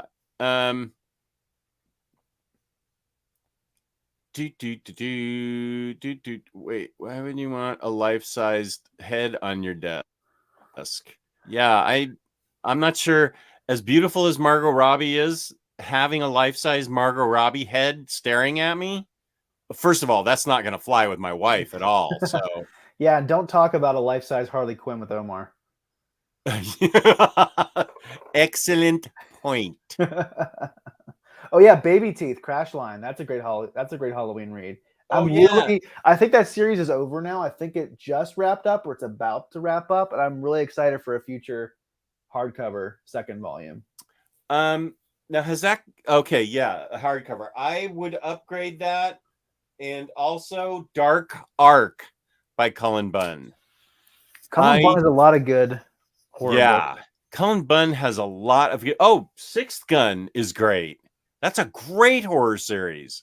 I love Sixth Gun, and those deluxes are still available, I think, on Oni Press's site. Sixth, and I don't mean the giant ones. I mean just the deluxes, which are really good. Revival is a horror series to some degree, and Fatale by Ed Brubaker. That's like Lovecraftian horror. That's really great. That's really good too. There's a lot of really good spooky books. I'm trying to see if I have anything else. A Walk Through Hell. Oh yeah, that's right here. Oh, I can't see it. Oh, there it is. Okay. I got it right here. Here's A Walk Through Hell. I kept the trades. This is creepy as creep. Creepy as creep. Yeah. That's really well done. I'm going to give you another unpopular opinion. And it's going to be unpopular. I like Bendis's Superman. That was one of mine. Oh, let's talk about Well, it then. Mine was gonna be a little bit more general than that. That I like most of what Bendis writes. I I've read- also do. I've read stuff by him that I don't like, but I think the majority I do like. What haven't you liked? We both weren't huge on Fire when we did the crime noir. It wasn't horrible, but we didn't love it. Oh, the story itself? Yeah, I really didn't Yeah. like. I really didn't like Scarlet. Okay, I did like Scarlet, but that's okay. That's fine. I'm trying to think of other things. I probably don't own it if I don't. I probably don't own it if I didn't Yeah. like it. So it's hard for me to remember. But again, Yeah. I think I enjoy the vast majority of his Daredevil run, his Ultimate Spider-Man. What else has he done? Hit a lot of his crime noir stuff. Jinx, Goldfish, Torso. I haven't read his X-Men stuff yet. I have it, but I haven't read it yet. I liked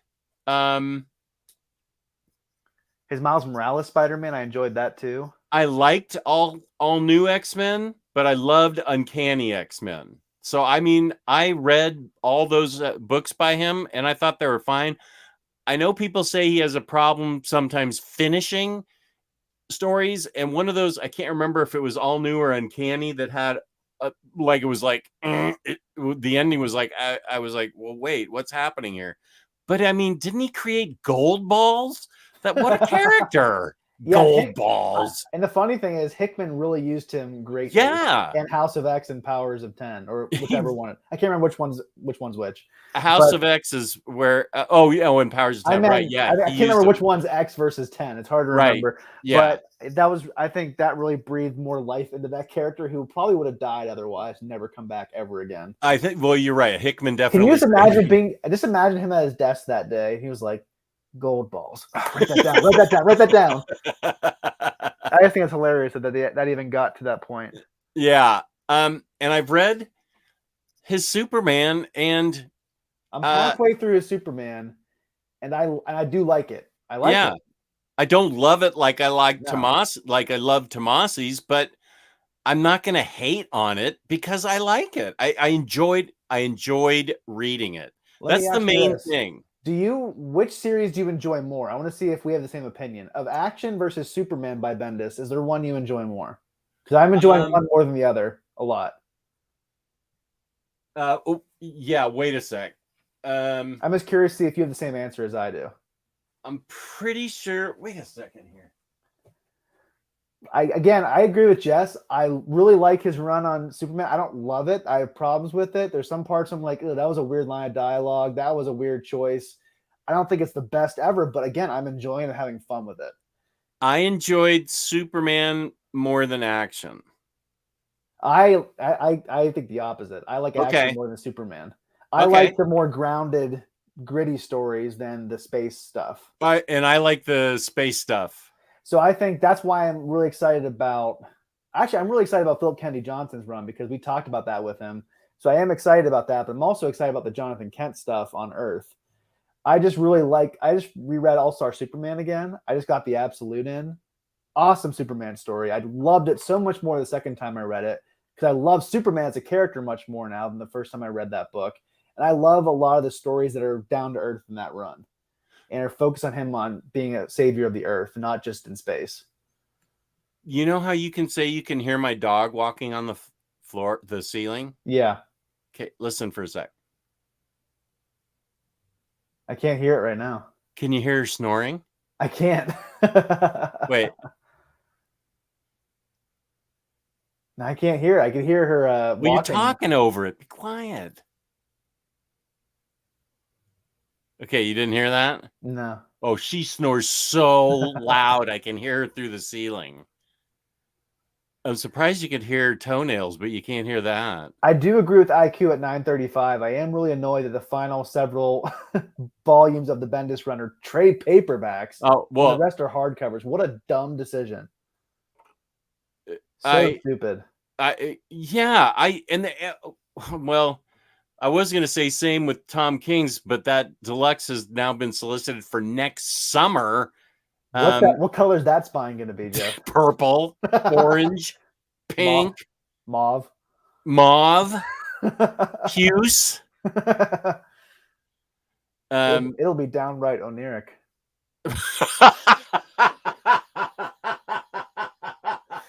Something out of a dream, my friend.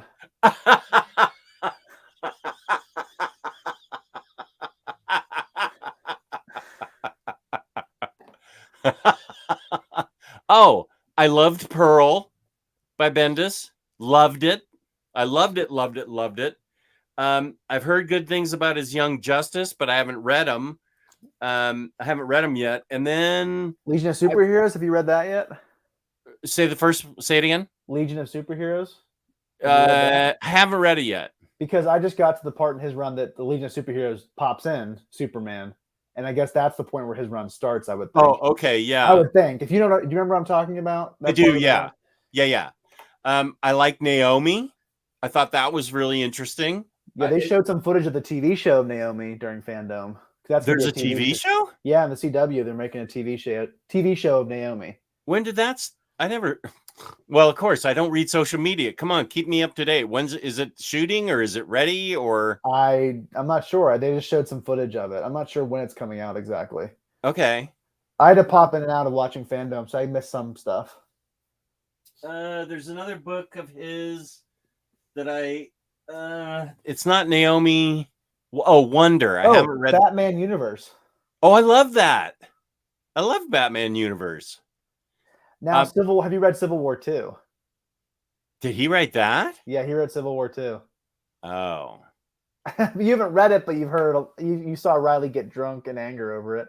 I have heard so many bad things about it that I've never even gone towards it. But his Daredevil run is one of my top 5 favorite comics of all time. So that just keeps him. And Ultimate Spider-Man. I mean, here's the thing about Bendis. I think we talked about this in our Crime Noir episode. Love him or hate him, he is one of the most important comic creators of the last 20, 25 years. That he helped write the Marvel ship. He jumped on Marvel when they were in bankruptcy and selling filing cabinets.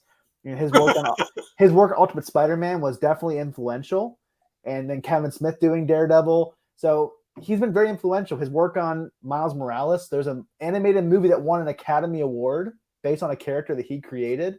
Yeah. There's Jessica Jones, the TV show. He's just done a lot in comics that have had lasting impacts. And you may say, I hate those lasting impacts. Oh, yeah, Alias. Yeah, you haven't read that yet, though, have you? No. We have to read that for Crime Corner soon, because that's a great book. But some people might say, I hate these lasting impacts, but you have to admit he's had a big, indelible imprint on comics in the past 2 decades.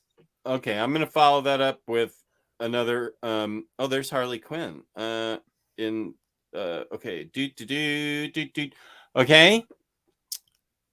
I have a 2-part unpopular opinion. Let me see if I can catch up on the comments about Bendis. I'm sure everything's. I actually haven't seen that many. Oh no, nobody. Opinions. No. Okay, good. This is a great place, Jess, where we respect each other's opinions. That is totally true, and very uncommon on the internet. So thank you, thank you all for being such great chatters and being civil in the comments almost always. Yeah, and thank you to our sponsor, DyingBreedCollectors.com.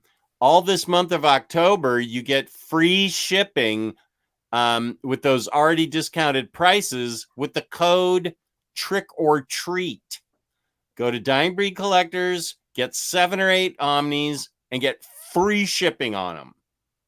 That's amazing. It's a great opportunity to save a ton of dough. Wait.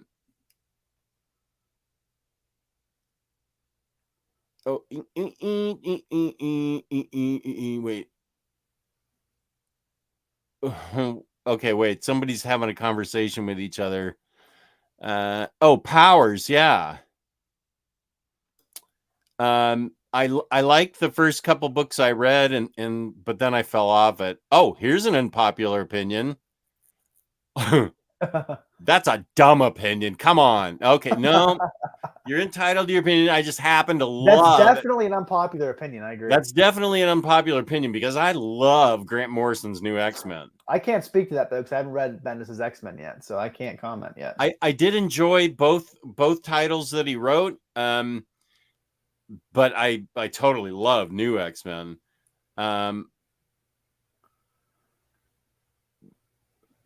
I called it Wonder. It's called Cover.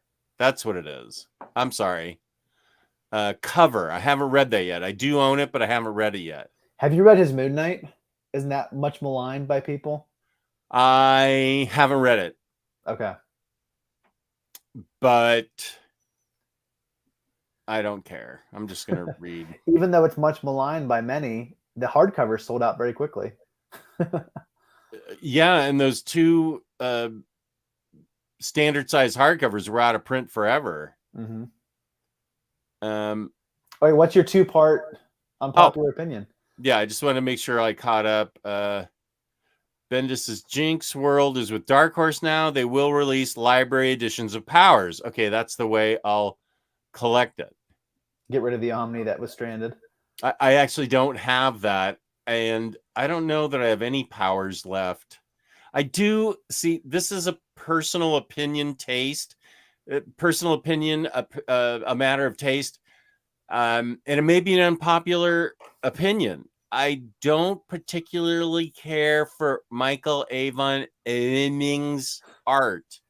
I'm not a huge fan. I'm not saying it's bad. It's just it just doesn't capture my imagination or really speak to me that much. I'm just not. It's it's just me, but it's not. And I think now he does the Murder Incorporated books with Bendis too. Bendis also. Or Murder Incorporated or United States of Murder, whatever they are. Did you enjoy that? I thought they were okay, but I also don't have the complete series, and I read them out of order, so it's my fault that I don't have it. The premise sounds really cool. It is. It's a neat premise, and I think I just don't think I read it properly. I think I read it out of order, and but I'm not sure it has an exact order, but there may be like a string that goes through them. So I'm not going to offer an opinion on it because my addled brain just doesn't remember that much about it, except that Michael Avon Oeming's art is in it.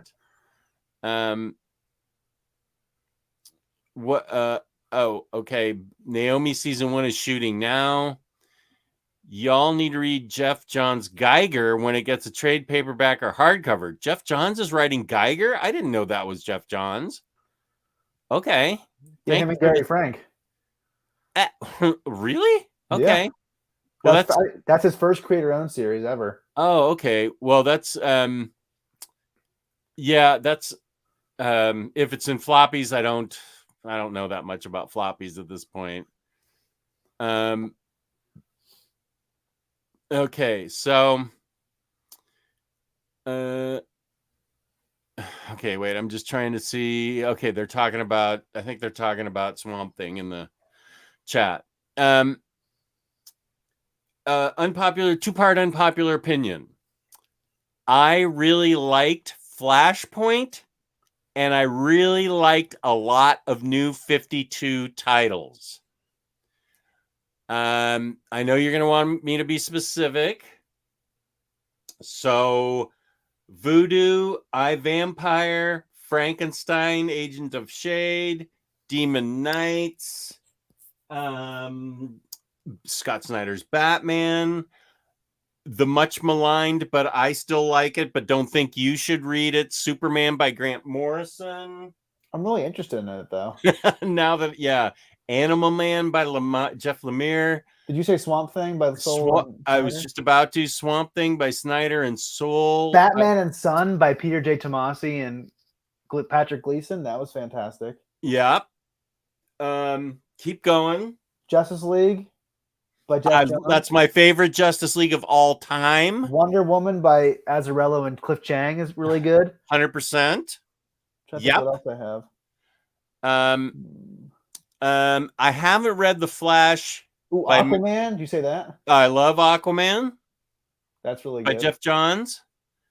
The problem is some of these things aren't in my eyesight right now, and I just wanted to say that I liked them. I think that I'm trying to remember. Oh, I happen to like Batman Eternal. I didn't love it like I loved his Batman run. And I know other writers wrote it. I loved Batman and Robin Eternal. That's only 2 trades. I really liked it a lot. Batman and Robin Eternal. Green Lantern was good. Yeah, Green Lantern by Johns is pretty much a continuation of what he was doing before. I didn't read the stuff after Johns. I don't know that I did. And I don't think I ever read Francis Manipoul's Brian Bucoletto's I wasn't a fan of it. Flash. The art was fantastic. The story was just not there for me. It wasn't bad. It just wasn't. It was just wasn't exciting. Have you ever had a book that you're reading and you're just like, I'm not excited to read this. I'm not excited to pick it back up again. That's how I felt about it. I'm having trouble getting to it. It's a Flash book that sits on my shelf. I love the Flash. It's still in the shrink wrap because I haven't gotten to it yet, and I just don't. I vacillated between not reading it and just selling it. I don't know. That's a New 52 title I'm sort of squishy about. I'm not sure about Lloyd it. Wong, really good point. Green Arrow by Lemire is fantastic. Oh, yeah. That's good, a really good point. book. Oh, and Justice League Dark, also awesome. That's going to be one of the biggest omnis, too. Have you seen how thick that is, Jess? That's okay with me. I love Justice League Dark. I will get my laptop pillow and plunk that hard omnibus down on it, and that is going to be fine. I will dig it. Road to Flashpoint was pretty forgettable. I'm not talking about Road to Flashpoint. I'm talking about Flashpoint, except the Road to Flashpoint is in my custom bound Flashpoints, custom omnis. But Flush Jackson gave us $20, so you need to kiss his feet. I am not kissing anyone's feet.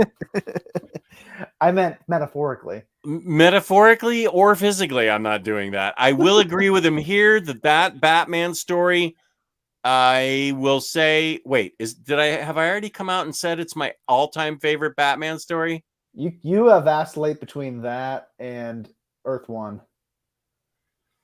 Oh, okay. It's in my top 2 Batman story. Yeah, Batman Earth One is so great, especially the first 2 books.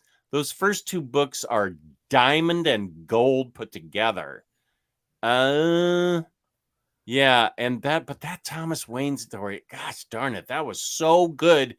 And I told him to his face, Brian Azzarello at Baltimore Con, after I'd gotten done trashing Batman Damned on the air. I didn't have the balls to tell him that I trashed that, but I went up to him and I told him how we had a 10-minute conversation about how great the Batman story was in Flashpoint, and he was very nice and very considerate. Gave me, I mean, he wasn't jolly and happy like, like, hey, let's talk to a strange fan. I'm happy all about it. He was, I think he was nice for who he is. I don't think he's not a warm. I don't think he's a warm and fuzzy guy like George Perez or something. But he was very nice and kind to talk to me for 10 minutes about the Flashpoint story, Knights of Vengeance, I think it's called. Totally one of my favorites. That's actually one of my unpopular opinions, not about Knights of Vengeance, but Batman Broken City is actually a good story for me. I like Broken City. A lot of people hate it. I agree with you. And that's included. I love that hardcover. I'm going to read that soon again, of the combination of Broken City, Knights of Vengeance, and the newspaper stuff, even though I was annoyed that you couldn't really read the newspaper stuff. It's so small. I know. You almost need Absolute for that because it was so... I do. It's one of my biggest books. I need a magnifying glass to be able to read that. That is such an odd thing to put in a regular size book, those Wednesday comics. They're trying to pad it out, I think. Because I have an oversized Wednesday comics. It's almost as big as Little Nemo, and it's I like that book a lot. That Brian Azzarello, what's his name, Eduardo Riso. Yeah, they're great. They're a great dynamic duo. I agree. I still need to read. What's it called? What's their werewolf story called again? Moon something. Moonshine. I almost said moonlighting. It's no, that's Bruce. That's Bruce Willis. Moonshine. I'm waiting for a hardcover. I'm surprised there hasn't been a hardcover yet. That I will vouch for how great that series is. I love Moonshine. I really want to read it. I just keep waiting for the hardcovers. I'm trying not to buy Image trade paperbacks anymore. Right, me too. There are some aren't going to have hardcovers because they're not by popular creators and they're maybe one and dones. But for the most part, I'm trying to avoid it. I agree with this, and it's an unpopular opinion, I think. But Marcelo and I agree about Superman Unchained. Great Jim Lee art. And I like Scott Snyder's story. I mean, it's not the Wake where he drops off at the second half and doesn't have an ending. Superman Unchained is really cool. I dug it. I liked it a lot. And that's an unpopular opinion because I think a lot of people don't like it. I did. I take that. I accept that. It's not a top 5 Superman story, but it doesn't have to be. Not every book has to be the best of each character. It's just some books are just fun and entertaining. There's some movies that I think are top 10 and other movies that are entertaining, but they're not the best thing ever. But I was entertained for 2 hours. So that's all that matters. Exactly. And we're talking about New 52 books that we liked. And this is one of them. This is a New 52 book that I liked. I can't remember if Odyssey by Neil Adams came out during the New 52. It did. I thought so. That's not a book I liked. Crazy Jane, right on. Batwoman. I will be reading the New 52 stuff for the first time because all I've read so far is the Greg Rucka stuff. So I'm excited. I'm excited to get that omnibus in soon from our sponsor, DyingBreedCollectors.com. Where you can use the code TRICK-OR-TREAT for free shipping the entire month of October. So you got over 2 weeks left to use that code.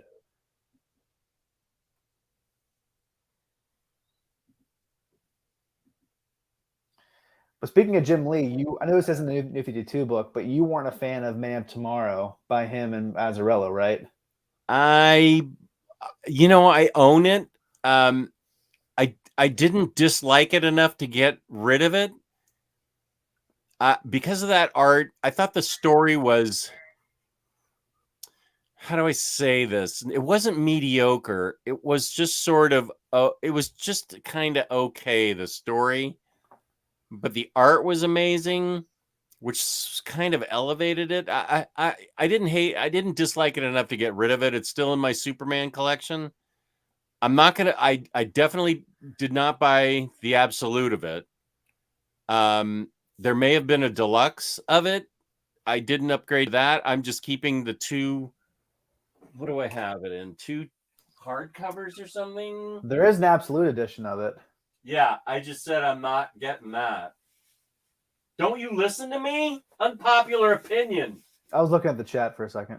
Well, listen to what I'm saying. I'm the host of the show. I can't find it. I own it. Whatever. I feel like it didn't. Did you find it? I didn't. I was actually, I didn't listen to you. You didn't notice. You what? Oh, you're pretending to listen to me? You didn't get the joke. Oh, okay. Sorry. Yeah, see, the chat is talking about how they didn't dig Superman Unchained, and I think a big part of it is coming off of Scott Snyder's Court of Owls. I think people were expecting like a masterpiece. Yeah.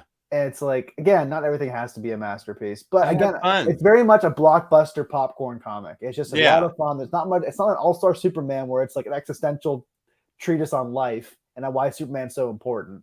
It's just very much just a surface level fun story. Okay, where'd this comment come from? We haven't talked about this at all, but I'm going to highlight it because I was talking about it. I guess you weren't listening. I just mentioned it 3 minutes ago. You did not. Well, you weren't listening, so I guess you'll never know. Shut up. Wait. Have you heard of Spaceman by Azzarello? Is that the one you hate? That's not a good book. And you know what Tyler did, that jerk? When he sent me all the hostage toys, he included the hardcover copy of Spaceman. How does he know about that? Doesn't make a book that he would know about. He owned it and didn't like it probably, and so he hoisted it off on me. He gave me a bunch of detritus. I don't picture that as a Tyler Blunt book that he ever had in his collection. That's funny. It's fairly incomprehensible. That's what Lloyd Wong says. Incomprehensible. Oh, where is that? Oh, That's why I brought it okay. up. I think it's 955. incomprehensible, but if you're looking for the right word, but yeah, I'm not. That was incomprehensible. Yeah, it was. He was trying to do something that just went over my head.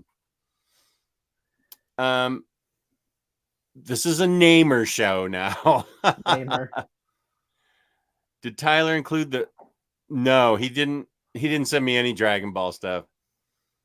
Oh, no, it's okay, Joe. I didn't know it. We just hadn't talked about Neymar. Okay. I thought we were throwing out unpopular opinions. No. Don't apologize. Okay. So was Neymar unpopular in Hickman's Avengers? I don't follow any social media, so I don't know. And I actually didn't hear anybody say anything about Neymar specifically. I enjoyed everybody in Hickman's Avengers run, so I don't know. Was he a character that people don't think was written well? I don't know. I thought he was fine. I enjoyed him of the Avengers run. I dream of the day that I can reread that Avengers run. Because I have so much other stuff to read, but I'd love to take 2 full days and just read that run again. I loved it so much. Yeah, Joe, no, you're right. You're right. This is an unpopular opinion show.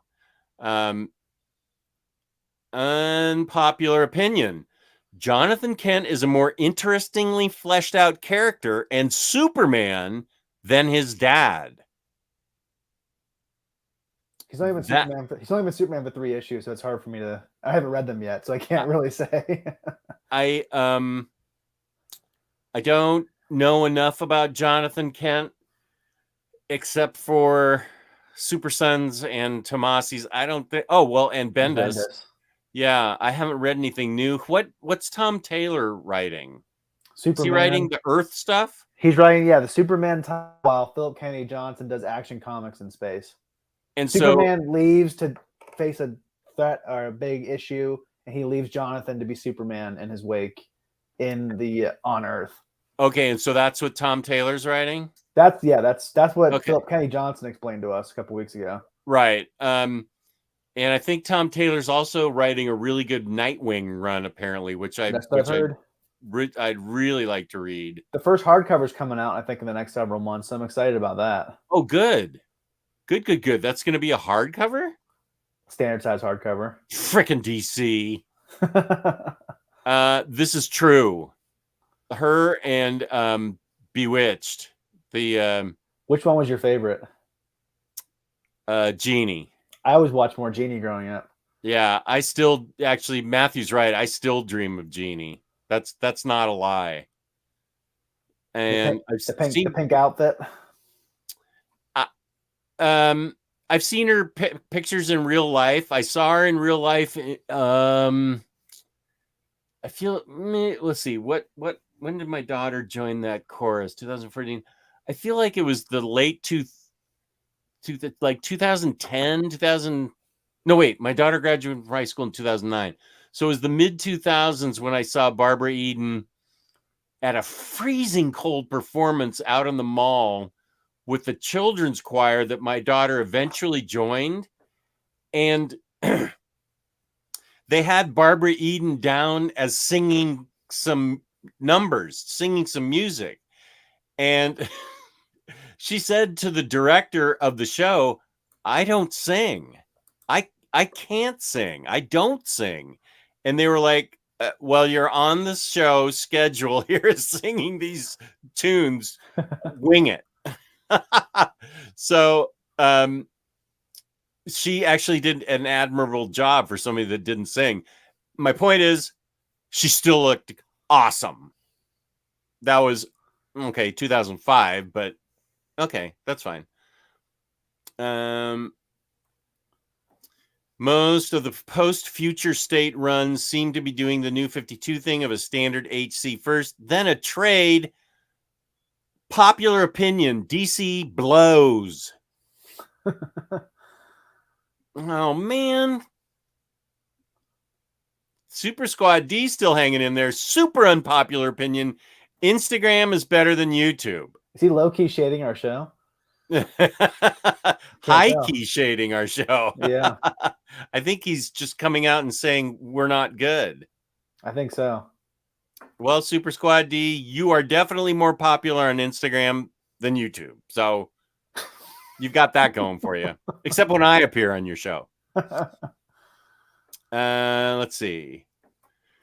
Unchained Snyder. Jess is not the host. Be quiet. My next unpopular opinion. I like Matt Paper for books. I don't Who's mind he? it. Oh, Matt Paper. I thought it was a person. I like Matt Paper as a human being. No, I think a lot of people crap on Matt Paper and act like it's toilet paper, but I think it's not. I think it's fine. I don't know why people get so upset about it. Sometimes it's better than glossy because sometimes glossy can smudge easy and it has like the bright spots on it from your lights. I think matte paper doesn't have any of those issues. It doesn't smudge very easily, and whenever you read it next to a light, there's not like a lot of reflection on it. I'm fine with either gloss or matte paper. What are some famous matte paper books? Is American Vampire a matte paper book? We talked about this whenever they switched to matte paper in the Rebirth Batman Tom King books. Remember, they went black spine matte paper, and that was a big deal for people. And we both said in that show, we don't care, it's fine. I mean, I think glossy paper. If I'm going to read an absolute, I want to have glossy paper, but for other stuff, I don't really care that much. Spoonful of Brody completely agrees with you.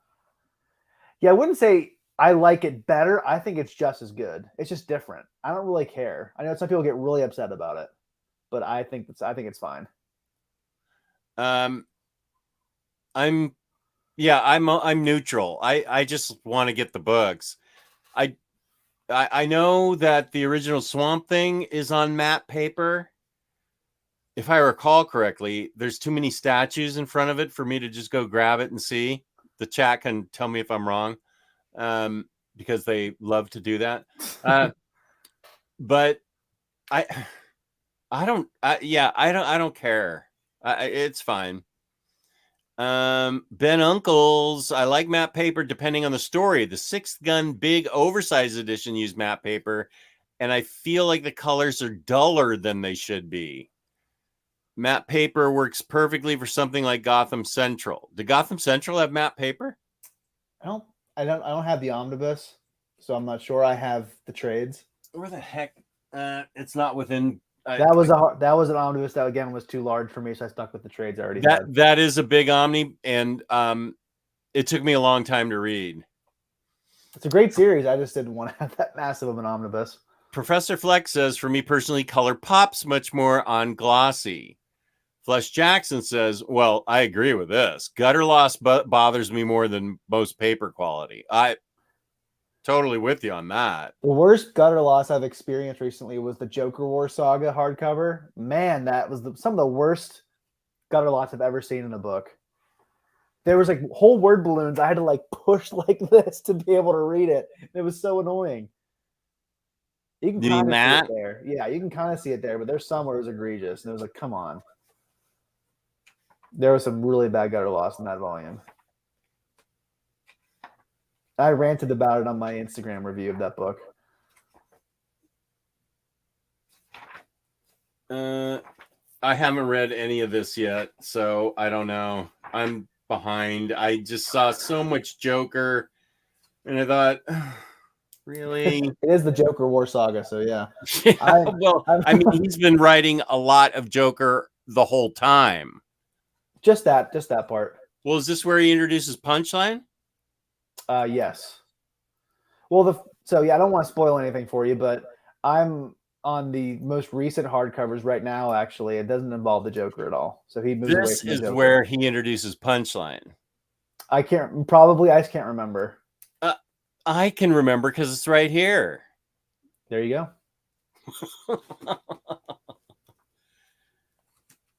Unpopular opinion is that I miss VH1 and especially Behind the Music. I loved Behind the Music. Why is that an unpopular opinion? I saw an unpopular music about Romeo Void that was awesome. Romeo Void's the band that got me into new wave and punk and stuff. I loved them.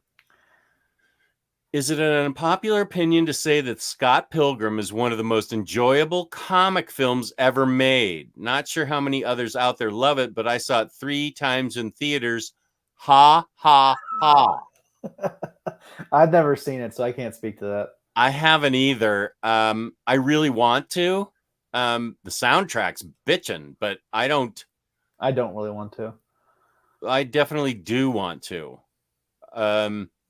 I probably should watch it. I just never have had the desire to really see it, even though I know a lot of people like it.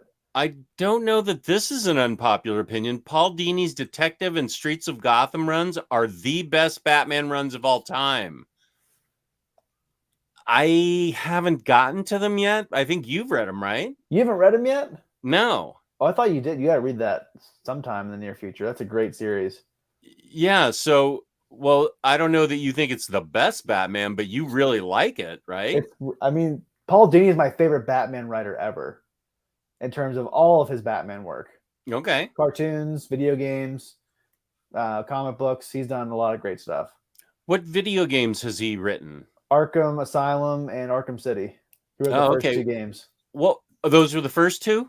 Yeah, then Arkham Knight he didn't write. They did that in-house. I played the first game and loved it. I played the second game and it was way too big of a sandbox. I said, forget it.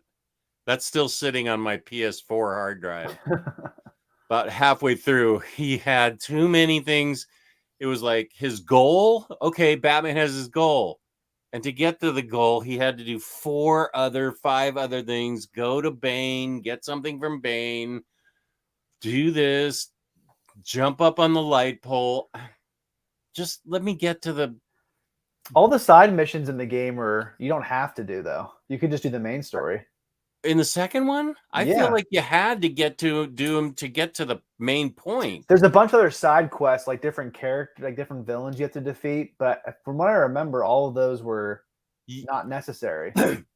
Right, but there were steps to get to the mission end. Well, yeah, that's just a mission. That's just the main story.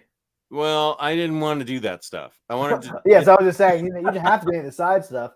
The side stuff was fun for me, but you don't have to do it. It's kind of like Red Dead Redemption. You can just do the main story, run right through it. You don't have to like stop for a damsel in distress, even though I like to just ride by on a horse and just shoot her and then keep going. Yeah, do you fill her full of 55 bullet holes while she's on the ground? My favorite thing to do is to tie somebody up and put them on a train track and then wait for a train to come. That is so dark. That is so dark. Or tie them up and throw them in a lake or something. Oh my God, it's so dark. That is so dark. Unbelievable. Really unbelievable. They changed the Harley run to map paper, but it was the Humphrey stuff, so meh. Yeah, I never read anything by Humphreys that I've enjoyed.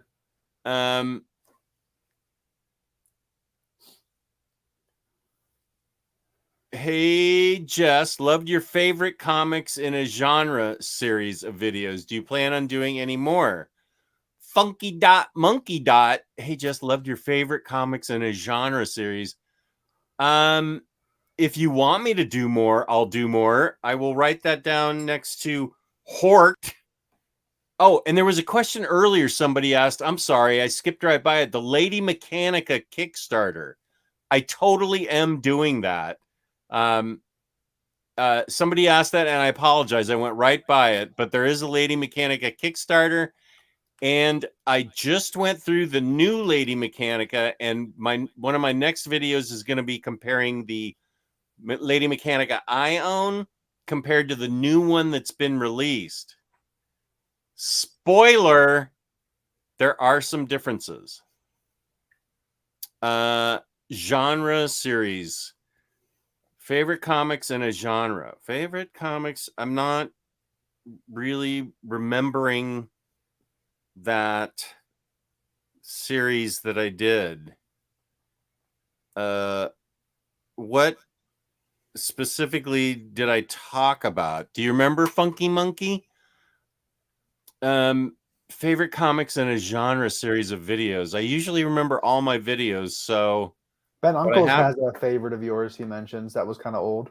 I'm sorry? Ben Uncles has an older series by you that he really enjoyed. Jess, thank you. One of my favorite series I used to do is Buy This, Not That. Oh, if you're bringing back old series, I vote for that. Okay, Buy This, Not That. Yeah, I do remember that. That was fun. Darumo just came up with a better name than the Dark Minister, the Sinister Minister. Change it right now. That's a good one. Wait, who came up with that? Darumo. Sinister Minister. Sinister Minister sounds like a ghost from Scooby-Doo. I would have gotten away from it if it wasn't for those kids. Every single show was someone trying to scare people away from. This, all about real estate. This rumor needs to stop because it's true. No, it is not true. You texted me and you said, "Is this true?" On Omni Bros, this came up, and then at the very end, you texted me and said it's not true. But I thought it'd be more fun to not correct everybody. And well, I think that's fine. I think it's funny, but I'm stopping it right now. I don't think the world. This is a proof that the world isn't fair. That a guy named Machine Gun Kelly is a famous voice actor and is with Megan Fox having children. I've seen this guy. He really should be a fry cook at McDonald's. Apologies to all McDonald's employees. Seriously, though, Machine Gun Kelly, no, the world is unfair, and that's why I never leave the house. Unbelievable. Machine Gun Kelly. And he has a comic book. What the hell? Sorry. Apologize for my language, Minister. Sinister Minister. So Jess does love him. We all no, I do not. Sinister Minister who shoots people 55 times in the game. Farhan is finally here. He just woke up, I think. So okay. Unpopular opinion. Greg Rucka's Wonder Woman Rebirth was wasted retconning Azzarello's run.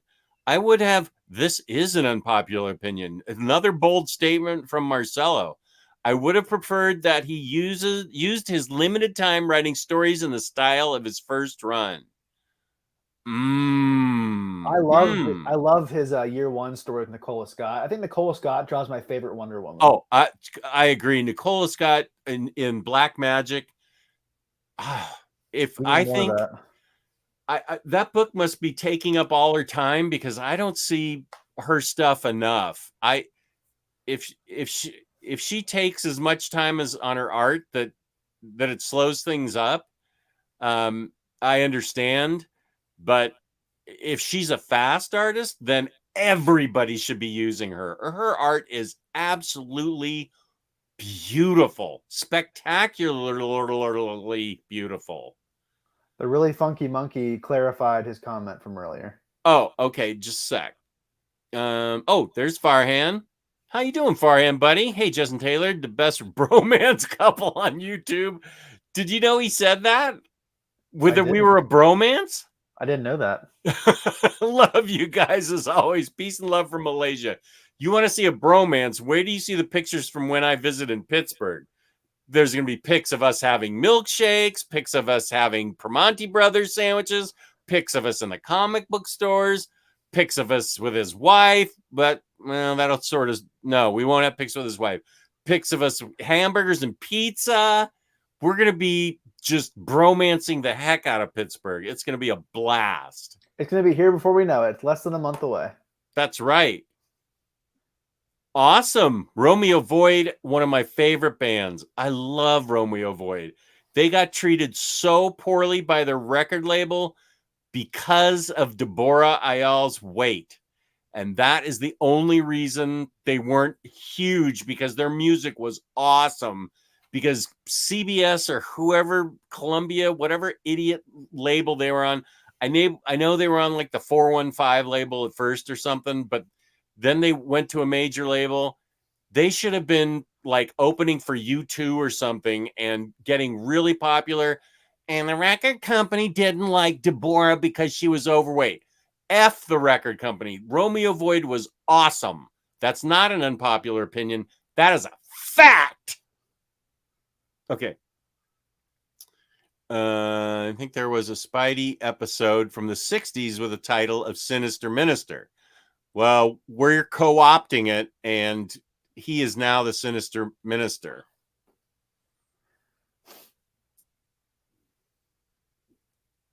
Oh my God, that Megan Fox and MKB. I'm not even, I shouldn't. Just your take on Machine Gun Kelly is the best thing I've heard today. Okay, awesome. Thank you. I haven't seen the interview, so I don't know anything about it. I've just seen pictures of him when I didn't know who he was, and on Omnibros, and they told me. Machine Gun Kelly is a stain on the great state of Ohio.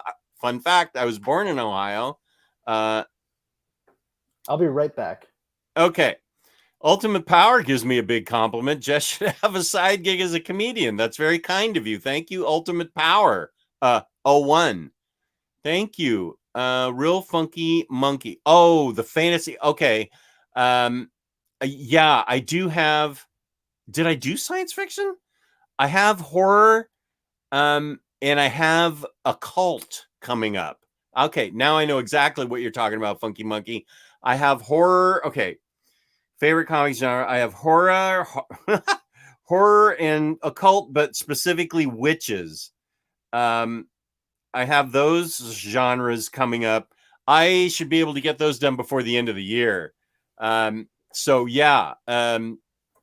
Yeah, thank you for reminding me of that, because I have a huge stack. I'm also going to do pulpy books.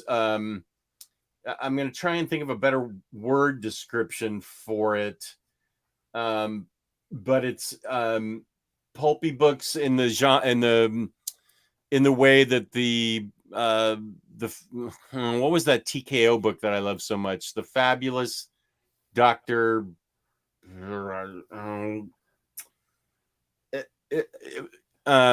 Old style pulp books. I'm going to have to come up with a better name that works better for a video, but they're going to be Action adventure. Action adventure. Is that better than pulp? Does that get the feeling across? Indiana Jones-esque. Yeah, Action movie serial. Indiana Jones is the idea. Yeah. So that's action adventure, you think? I would say action adventure. Yeah. Okay. Well, let me write that down. Pulp equals Pulp can a lot of times mean like crime stuff, so that might be a little bit confusing too. action. Okay. Action adventure. Okay. Here's Some Dr. Fang was the book. Yeah. Exactly. Gosh, I love that book. That's one I haven't read all their books. I didn't read that. I didn't read Seven Deadly Sins. That was also good. I skipped all of the second wave besides Sentient. Sentient. That was the only one I bought. That's the only one you should have bought. Right. So I skipped the other ones. I have Goodnight Paradise, Goodbye Paradise, Sarah. Yeah, that's Sentient. really good. We have Red Fork. Yeah. And we have that werewolf detective book that we reviewed. I'm getting rid of The Pool, because that was one of the worst comics I've ever read. Oh yeah. Wait, don't tell me the writer. Was it Steve Orlando? Yes. Oh, poor Steve.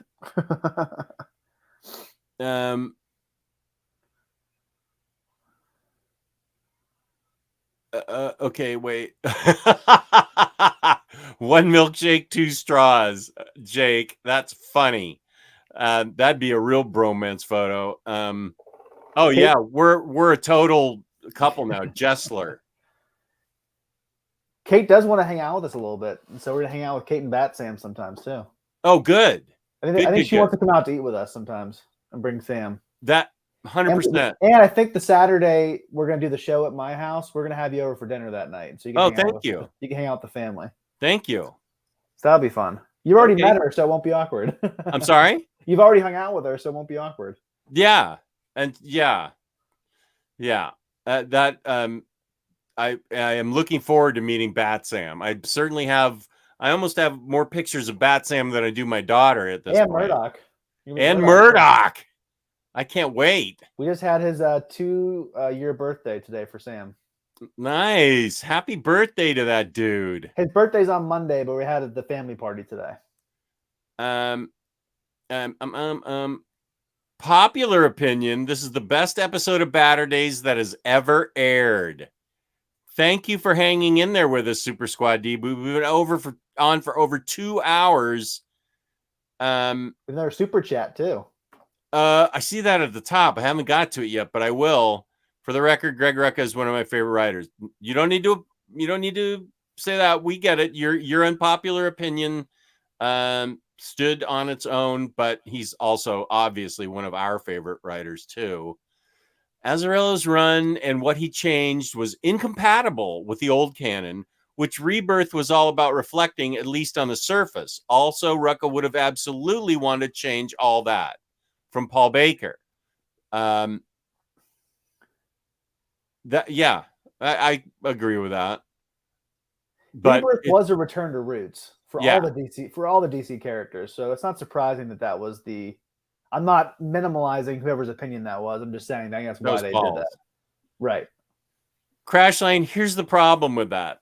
The only way to take power away from people like MGK is to not look at them. Don't buy that book, Jess, as much as you may really want to. The problem is Jess already bought it and read it. No, shut up. Oh, you're such a jerk.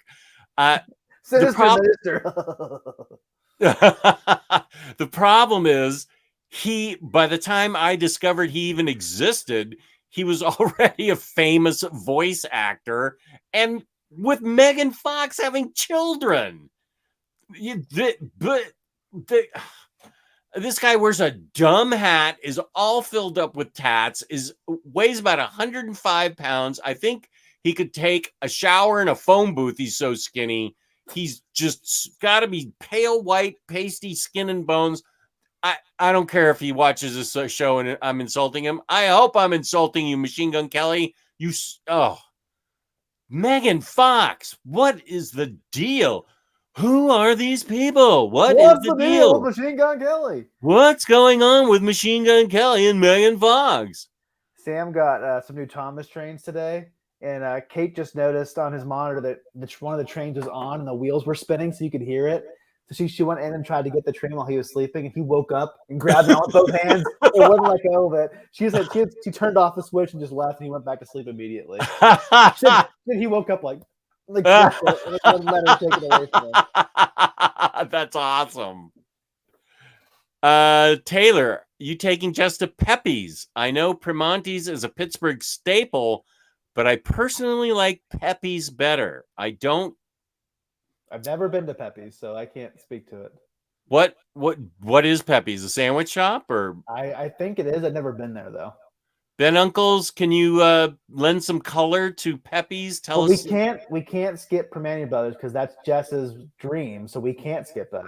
That's been a childhood dream since I was 13, and I heard about Franco Harris eating there, and they described the sandwich, and I said, what is going on? They put the French fries in the sandwich and the coleslaw, and I thought Franco Harris was cool. And ever since then, I was just hoping Primanti Brothers would still be a thing when I got older, and now I'm way older. So I can't emphasize enough how much Primanti Brothers means to me. This is a childhood dream come true.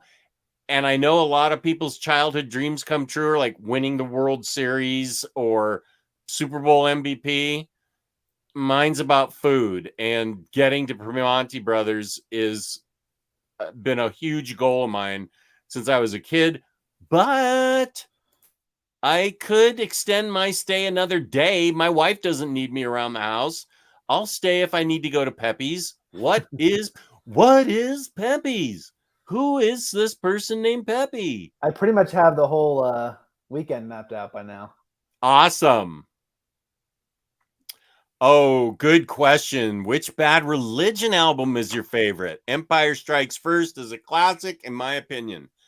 I agree with that. It may interest you. it may interest you to know that the first album I heard from them is considered, and liked them and got me into them, was considered their worst album. Their fans hated it, and it's called Into the Unknown or Into the Known. I think it's Into the Unknown.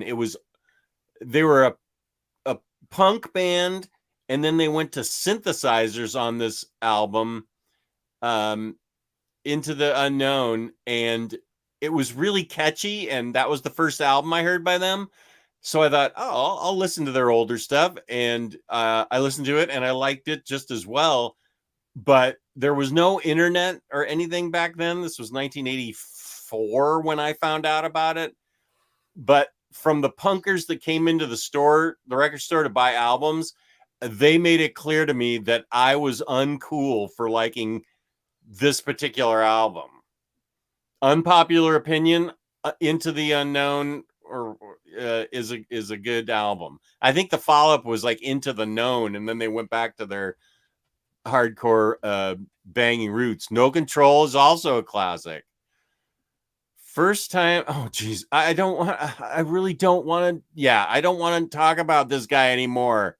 This guy is the anti-Omni Dog. He's if we meet, the world will cease to exist. He's antimatter Omni Dog. I may have to reorganize our weekend because he is in town that weekend. I got his tickets. Shut up. And that was going to be Saturday night. So what? He's a voice actor. Is he a singer, rapper too, yeah, or he's something? A rapper.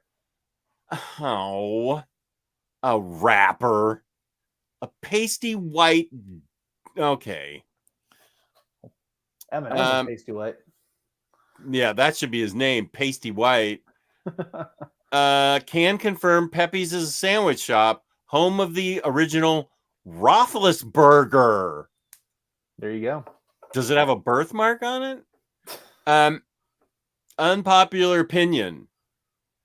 Oh, I kind of agree with this. There are far too many Bat characters. I feel like DC really likes ringing the same bell over and over again. They're like, and I'm not exaggerating, 9 Batman titles out now. That's too many. And they've tried to launch a couple in the past couple of years, like in terms of characters that didn't work out. Like Duke Thomas never really took off. What was the girl's name in New 52? Harper Row or something. Oh yeah. She never really went anywhere much. Was she a sidekick? I can't remember what her name was. Yeah, what was her name? She started dating. She was in the Tinny and Detective run. Yeah. But she's never really taken off. Like I remember liking her character. Like Batwoman really took off. Like Duke Thomas definitely didn't take off like they were hoping he would. Yeah. With the Signal, being the Signal. Right. He had a spin-off trade paperback, I think, of like 3 issues. Batman the Signal, I think it was. Yeah. I have a couple Damned albums. They're I like, yeah. But I haven't listened to them in a long time. But I liked him enough back in the day. Harper was Bluebird. Okay, I definitely don't remember that.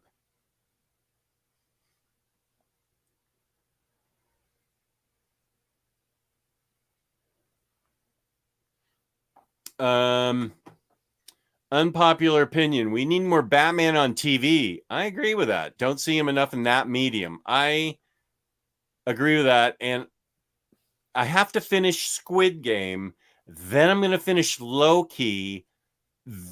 I feel like Superman and Lois is bumping up against Loki. Have you watched any of Loki? I've seen the first 3 episodes.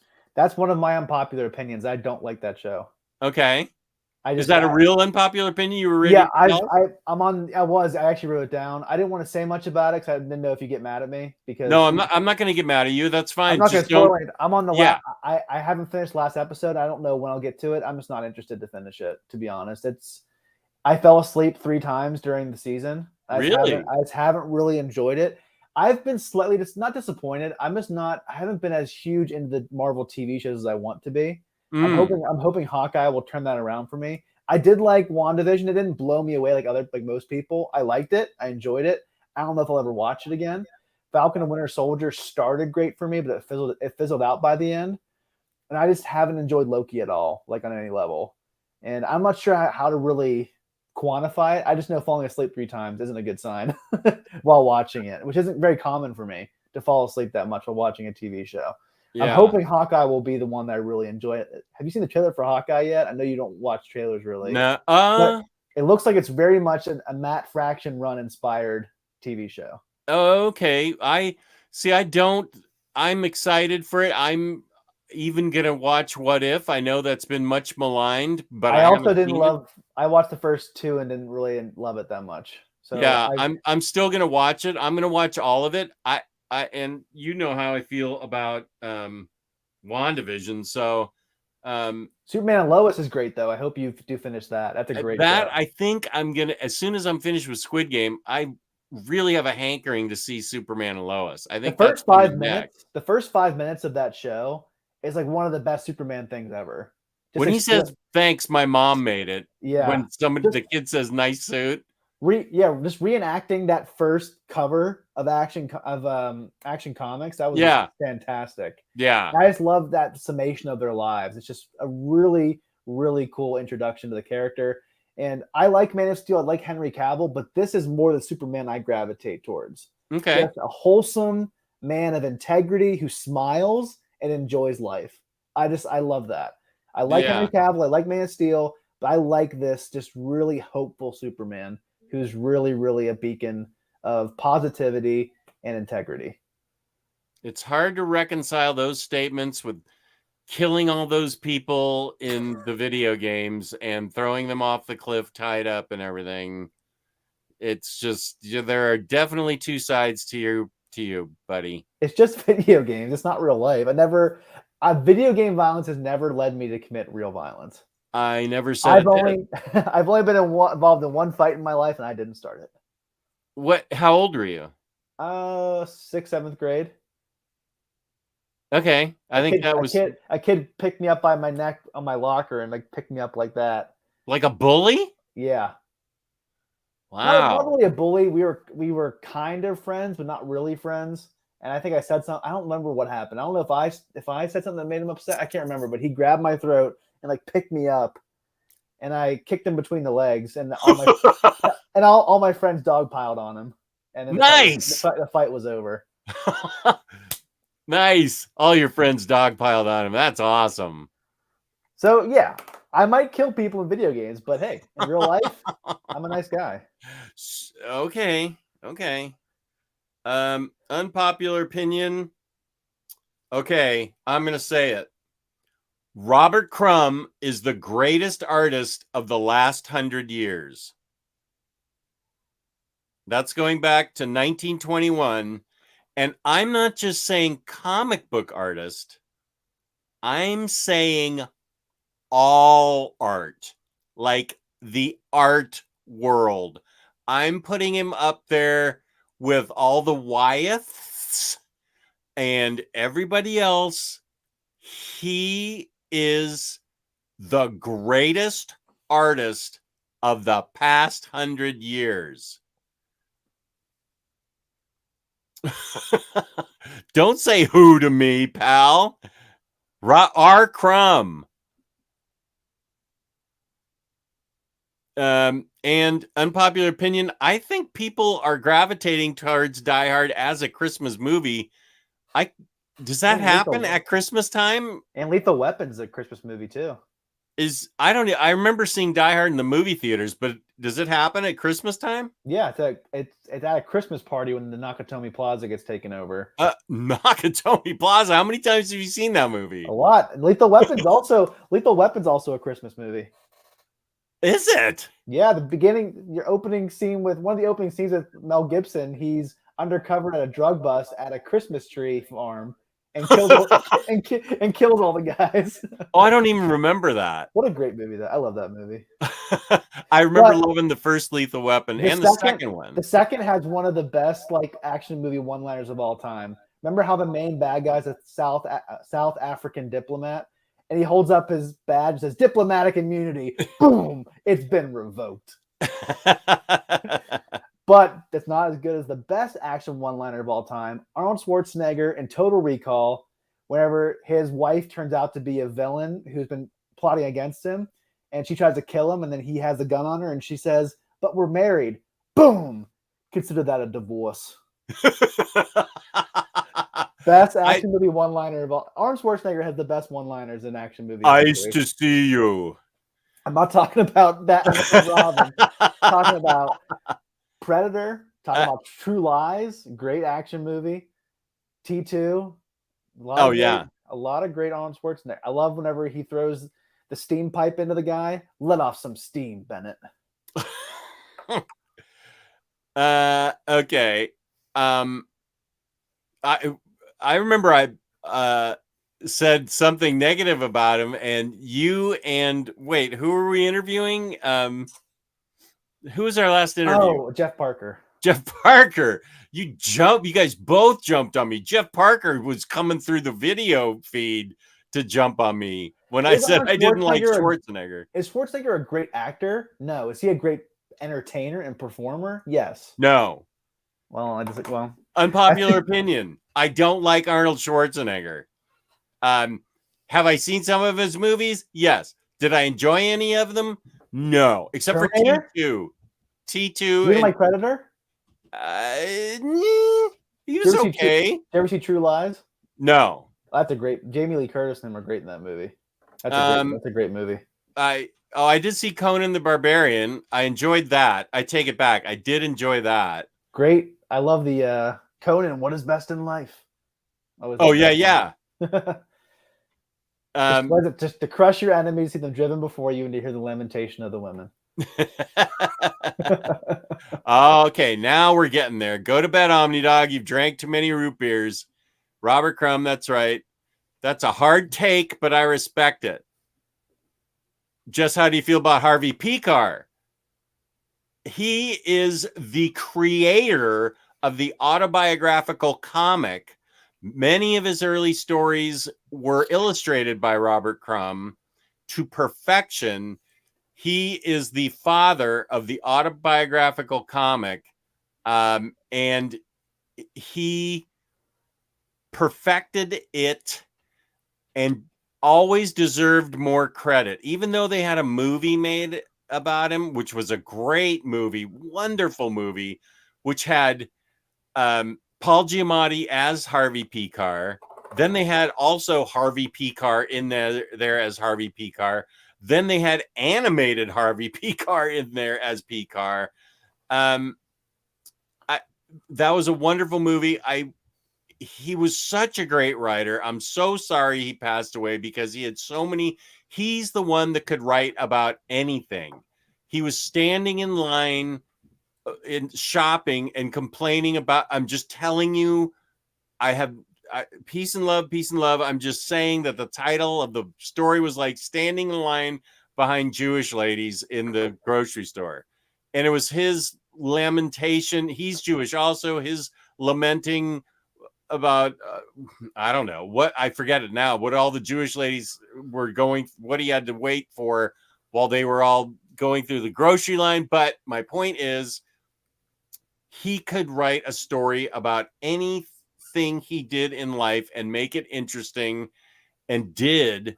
I think he is one of the great unsung writers of our comic book time. Now, I'm not going to say he's the greatest author, like I'm saying Robert Crumb is the greatest artist, but I will say that, yes, American Splendor was the name of the movie.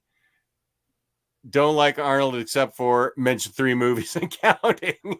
We missed Ryan's super chat. We didn't read it. Oh. I'm so sorry. Okay, how did I go past it? Oh, so sorry, Ryan. My apologies. Wanted, especially something so positive. Wanted to say thank you for many hours of entertainment. You guys have such positive attitudes about comics, and it's very refreshing in today's world. Thank you, Ryan. We appreciate that. Thank you. I really appreciate that. Oh, I missed tons of stuff. I missed a lot of okay. Oh, here's an interesting one. Elvis Parker, unpopular opinion. Most of Alan Moore's comics haven't aged well. But Marcelo says that's a very popular opinion. Well, we have a difference of opinions, and then Crashline agrees. Yep, lots of Moore's stuff is pretty rough now. Killing Joke, yikes. Lots of Moore's stuff, if you look at it, is awfully rapey or has undertones or just rape right in it. You can read past it, but I agree with this. The Killing Joke, I don't even own it. I reread it and I was like, this isn't for me. At the time when Alan Moore and Brian Boland, were so huge when it came out, I was like, wow, this is remarkable. And then I read it with fresh eyes recently, 2 or 3 years ago. And I was like, oh, I'm not into this anymore. So, wait, hang on. I have to respond to my wife. Okay, awesome. Thank you! Exclamation point. Okay. Yeah, and you read something like Lost Girls, I can't recommend that to anybody. Lost Girls, no one should read that by Alan Moore. Unpopular opinion, it's late and I have to go to bed. You're a young kid. What are you talking about? You can stay up till midnight. Aggressively agree, Ryan, with this super chat. So thank you, both of you, for being so complimentary. Whoops, where am I? Okay.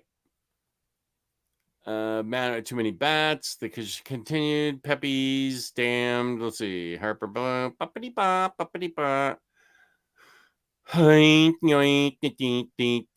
That's a hard take. Mr. Natural, Fritz the Cat. We need a diorama of that schoolboy fight. Now, okay, Google Robert Crumb. You'll see how influential he was and is. But yeah, that's my statement, and I'm sticking to it. Oh, Zodiac Killer was a Weezer fan, Omnidog. Is that Weezer there? Oh my god. Yeah. Jess is 100% right. Thank you. I know that's going to be my most unpopular opinion because I made it so all-encompassing, because I didn't just keep it to comics. I decided to strike out at the art world because I think there's so much crappy crap, especially in the New York art scene, where you can stick chicken bones on a chicken bones. Yeah, and that's art. You can stick chicken bones on a piece of paper, and that's art. So that's just where I'm coming from. Okay, well, that's fair. Alan's not familiar with Alan Smithy. Oh, Alan Smithy. I get the joke. Alan Smithy is the name you put on a film or a TV show when it's super crappy crap and you don't want your name associated with it. That's a famous Hollywood joke. When you're done with a movie and it turns out to be like Hellboy, the current one, that one should have had Alan Smithy's name on it, where the director took off for 3 months and had an affair. Jess, you need to do a video on Robert Crumb. By the way, that one documentary on him was fire. That's right. Called Crumb. Boy, when was that done? That was amazing. That documentary on him was unbelievable. I won't say he's anything like a good guy. He had a super messed up childhood. His brothers got, everybody was headed for a nice life, and his father was just awful. And I think that I'm not going to say you have to have a a father that beats you. But I think that a lot of the great artists and writers and creators have something dark in their life. It could be depression that they battle. It could be mental illness. It could be a bad childhood. There's something that all these creators that are really, really great seem to be battling. So it could be alcoholism. It could be drug addiction. It could be something. It's hard for me to see anybody that grew up with a completely normal childhood and had a completely normal, if there's such a thing, become super great. I feel like, as far as creativity, maybe that's an unpopular opinion.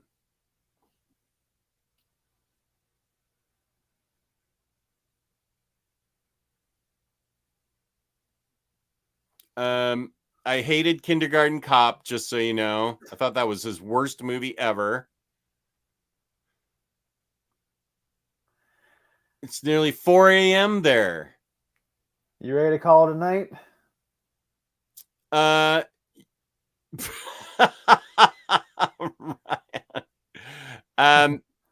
Well,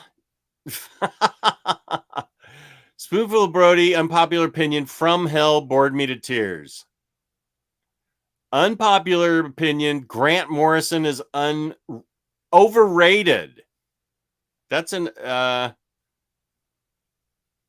is a really, I don't know. Is he overrated?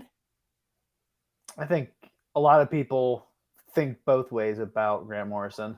Overrated, underrated. I would say anyone thinks Morrison's underrated.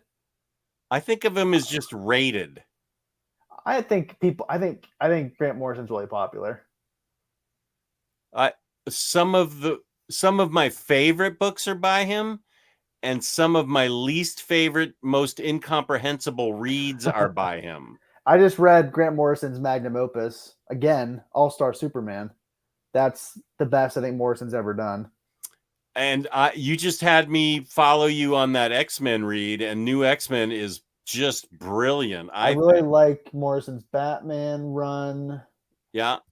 I liked his Wonder Woman a lot. Joe the Barbarian. His what? Oh yeah, Joe the Barbarian. Yeah. Trying to think what else I have that I enjoyed by Morrison. I liked Batman Gothic. It wasn't amazing, but I enjoyed it. Yeah, same. I liked what's that? Wonder Woman Earth 1? Wonder Woman Earth. Yeah, I like that a lot. Multiversity, I liked. I was going to shell out the money at my LCS for the hardcover, the deluxe, but then they solicited the absolute edition of Multiversity. Oh, so I'm waiting for that instead. Have you read that? I haven't. Before you buy the absolute, I think you should read it. I've heard a lot of great things about it. I think that's one book that a lot of people really seem to agree on, though, with Morrison. And I want to understand more of the, is it the Earth 2 stuff? Isn't that something that... It's all the Earths. Right. I mean, I feel like he's got Captain Bunny Rabbit in it or something, too. I just think the premise sounds really cool, where it's people are like communicating to each other through comic books about this massive threat that's coming. And I've heard that Pax Romana issue by him and Frank Quitely is one of the best single issues of the past 20 years. Okay, you just buy it blind then. I'll probably read it on Hoopla, but I really no. I think you should buy it blind, like you planned, and don't listen to me. No, you shouldn't. Don't listen. But I am hit or miss on Morrison. Morrison can do some really great work. Morrison can also do some really abysmal work, in my opinion. Here are the two that I couldn't get, that I just was completely lost in, was Nameless and the Filth. Utterly, Captain Carrot, right? That's who it was, Captain Carrot. In Multiversity, Nameless and the Filth. No idea what he was trying to say. And Nameless came with 2 pages of recommendations of books that I should read to understand the Nameless. I don't want to read books to understand the comic books that I'm reading. I want to just read the comic book and understand it. So Well, his Batman run's kind of like that to a certain degree, but you had the Silver Age knowledge to help I you. had that So, knowledge. like the Black Case book. It's Yeah. good to at least have some knowledge of some of those Silver Age comics to understand, especially Batman RAP. That's probably the hardest part of his run for people to understand. Right. I had trouble with the Invisibles. I had to I had to have not an addendum, but a reading guide to tell me what was going on in it.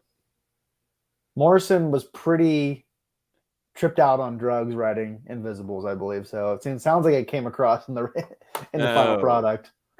Yeah, it's Earth One. So all those Earth One books are, I don't know if they're officially Elseworlds, but they're alternate takes. Did you ever read his book Happy? Yeah, I actually liked Happy. I enjoyed it. Yeah. I never saw the show, but I enjoyed. I don't know if I ever finished the first season. I enjoyed what I watched, though. DyingBreedCollectors.com. It's where you want to go to get free shipping with the code Trick or Treat for the month of October. Do you have any DyingBreedCollectors.com, our sponsor? Do you have any further unpopular opinions? Or are you ready to call it a night? I shared all mine, so I'm ready to call it a night. I kind of shared all mine too. I had a really hot take that I decided to drop. You'll tell me after the show. It was an uninformed hot take. I'm gonna read the book again, and I'll tell you in 2 weeks what it was. I don't know. I thought it was a pretentious, hard read, but it's considered really classic. So I want to reread this book and give it another chance. Well, you had to tell me after the show what it was, at least. Okay. Yeah. Yeah. Well, it was a fun show. A lot of great interaction with the chat. Thank you to the chat for being All so the great. All the interaction with the chat was really great tonight. You all had and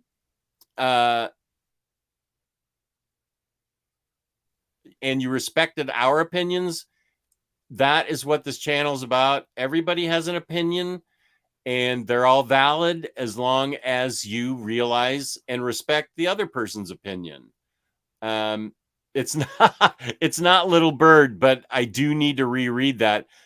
That I didn't think Little Bird was pretentious. It just went over my head and I didn't understand it.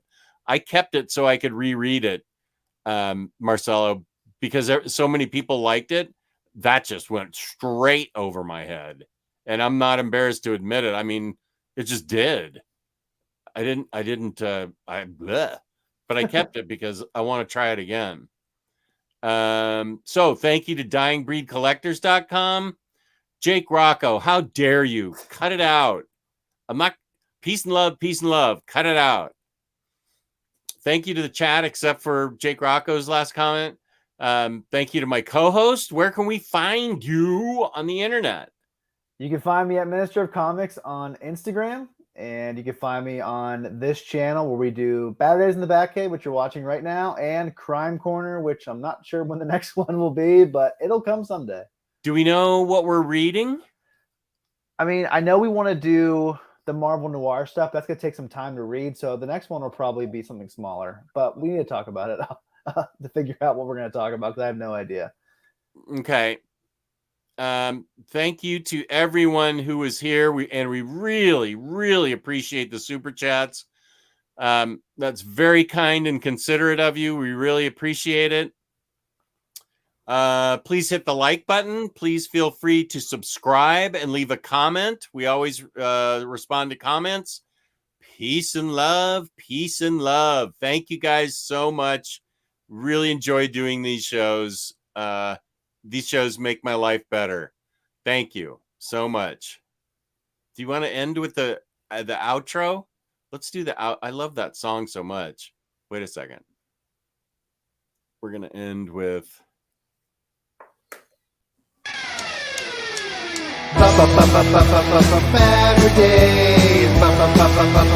Baturdays. Baturdays. I'm the dog in the minister of comics. Talk forever, get right your ergonomics. Taking questions from the chat. With a name like that, you think they talk more about the bat. Baturdays. Baturdays.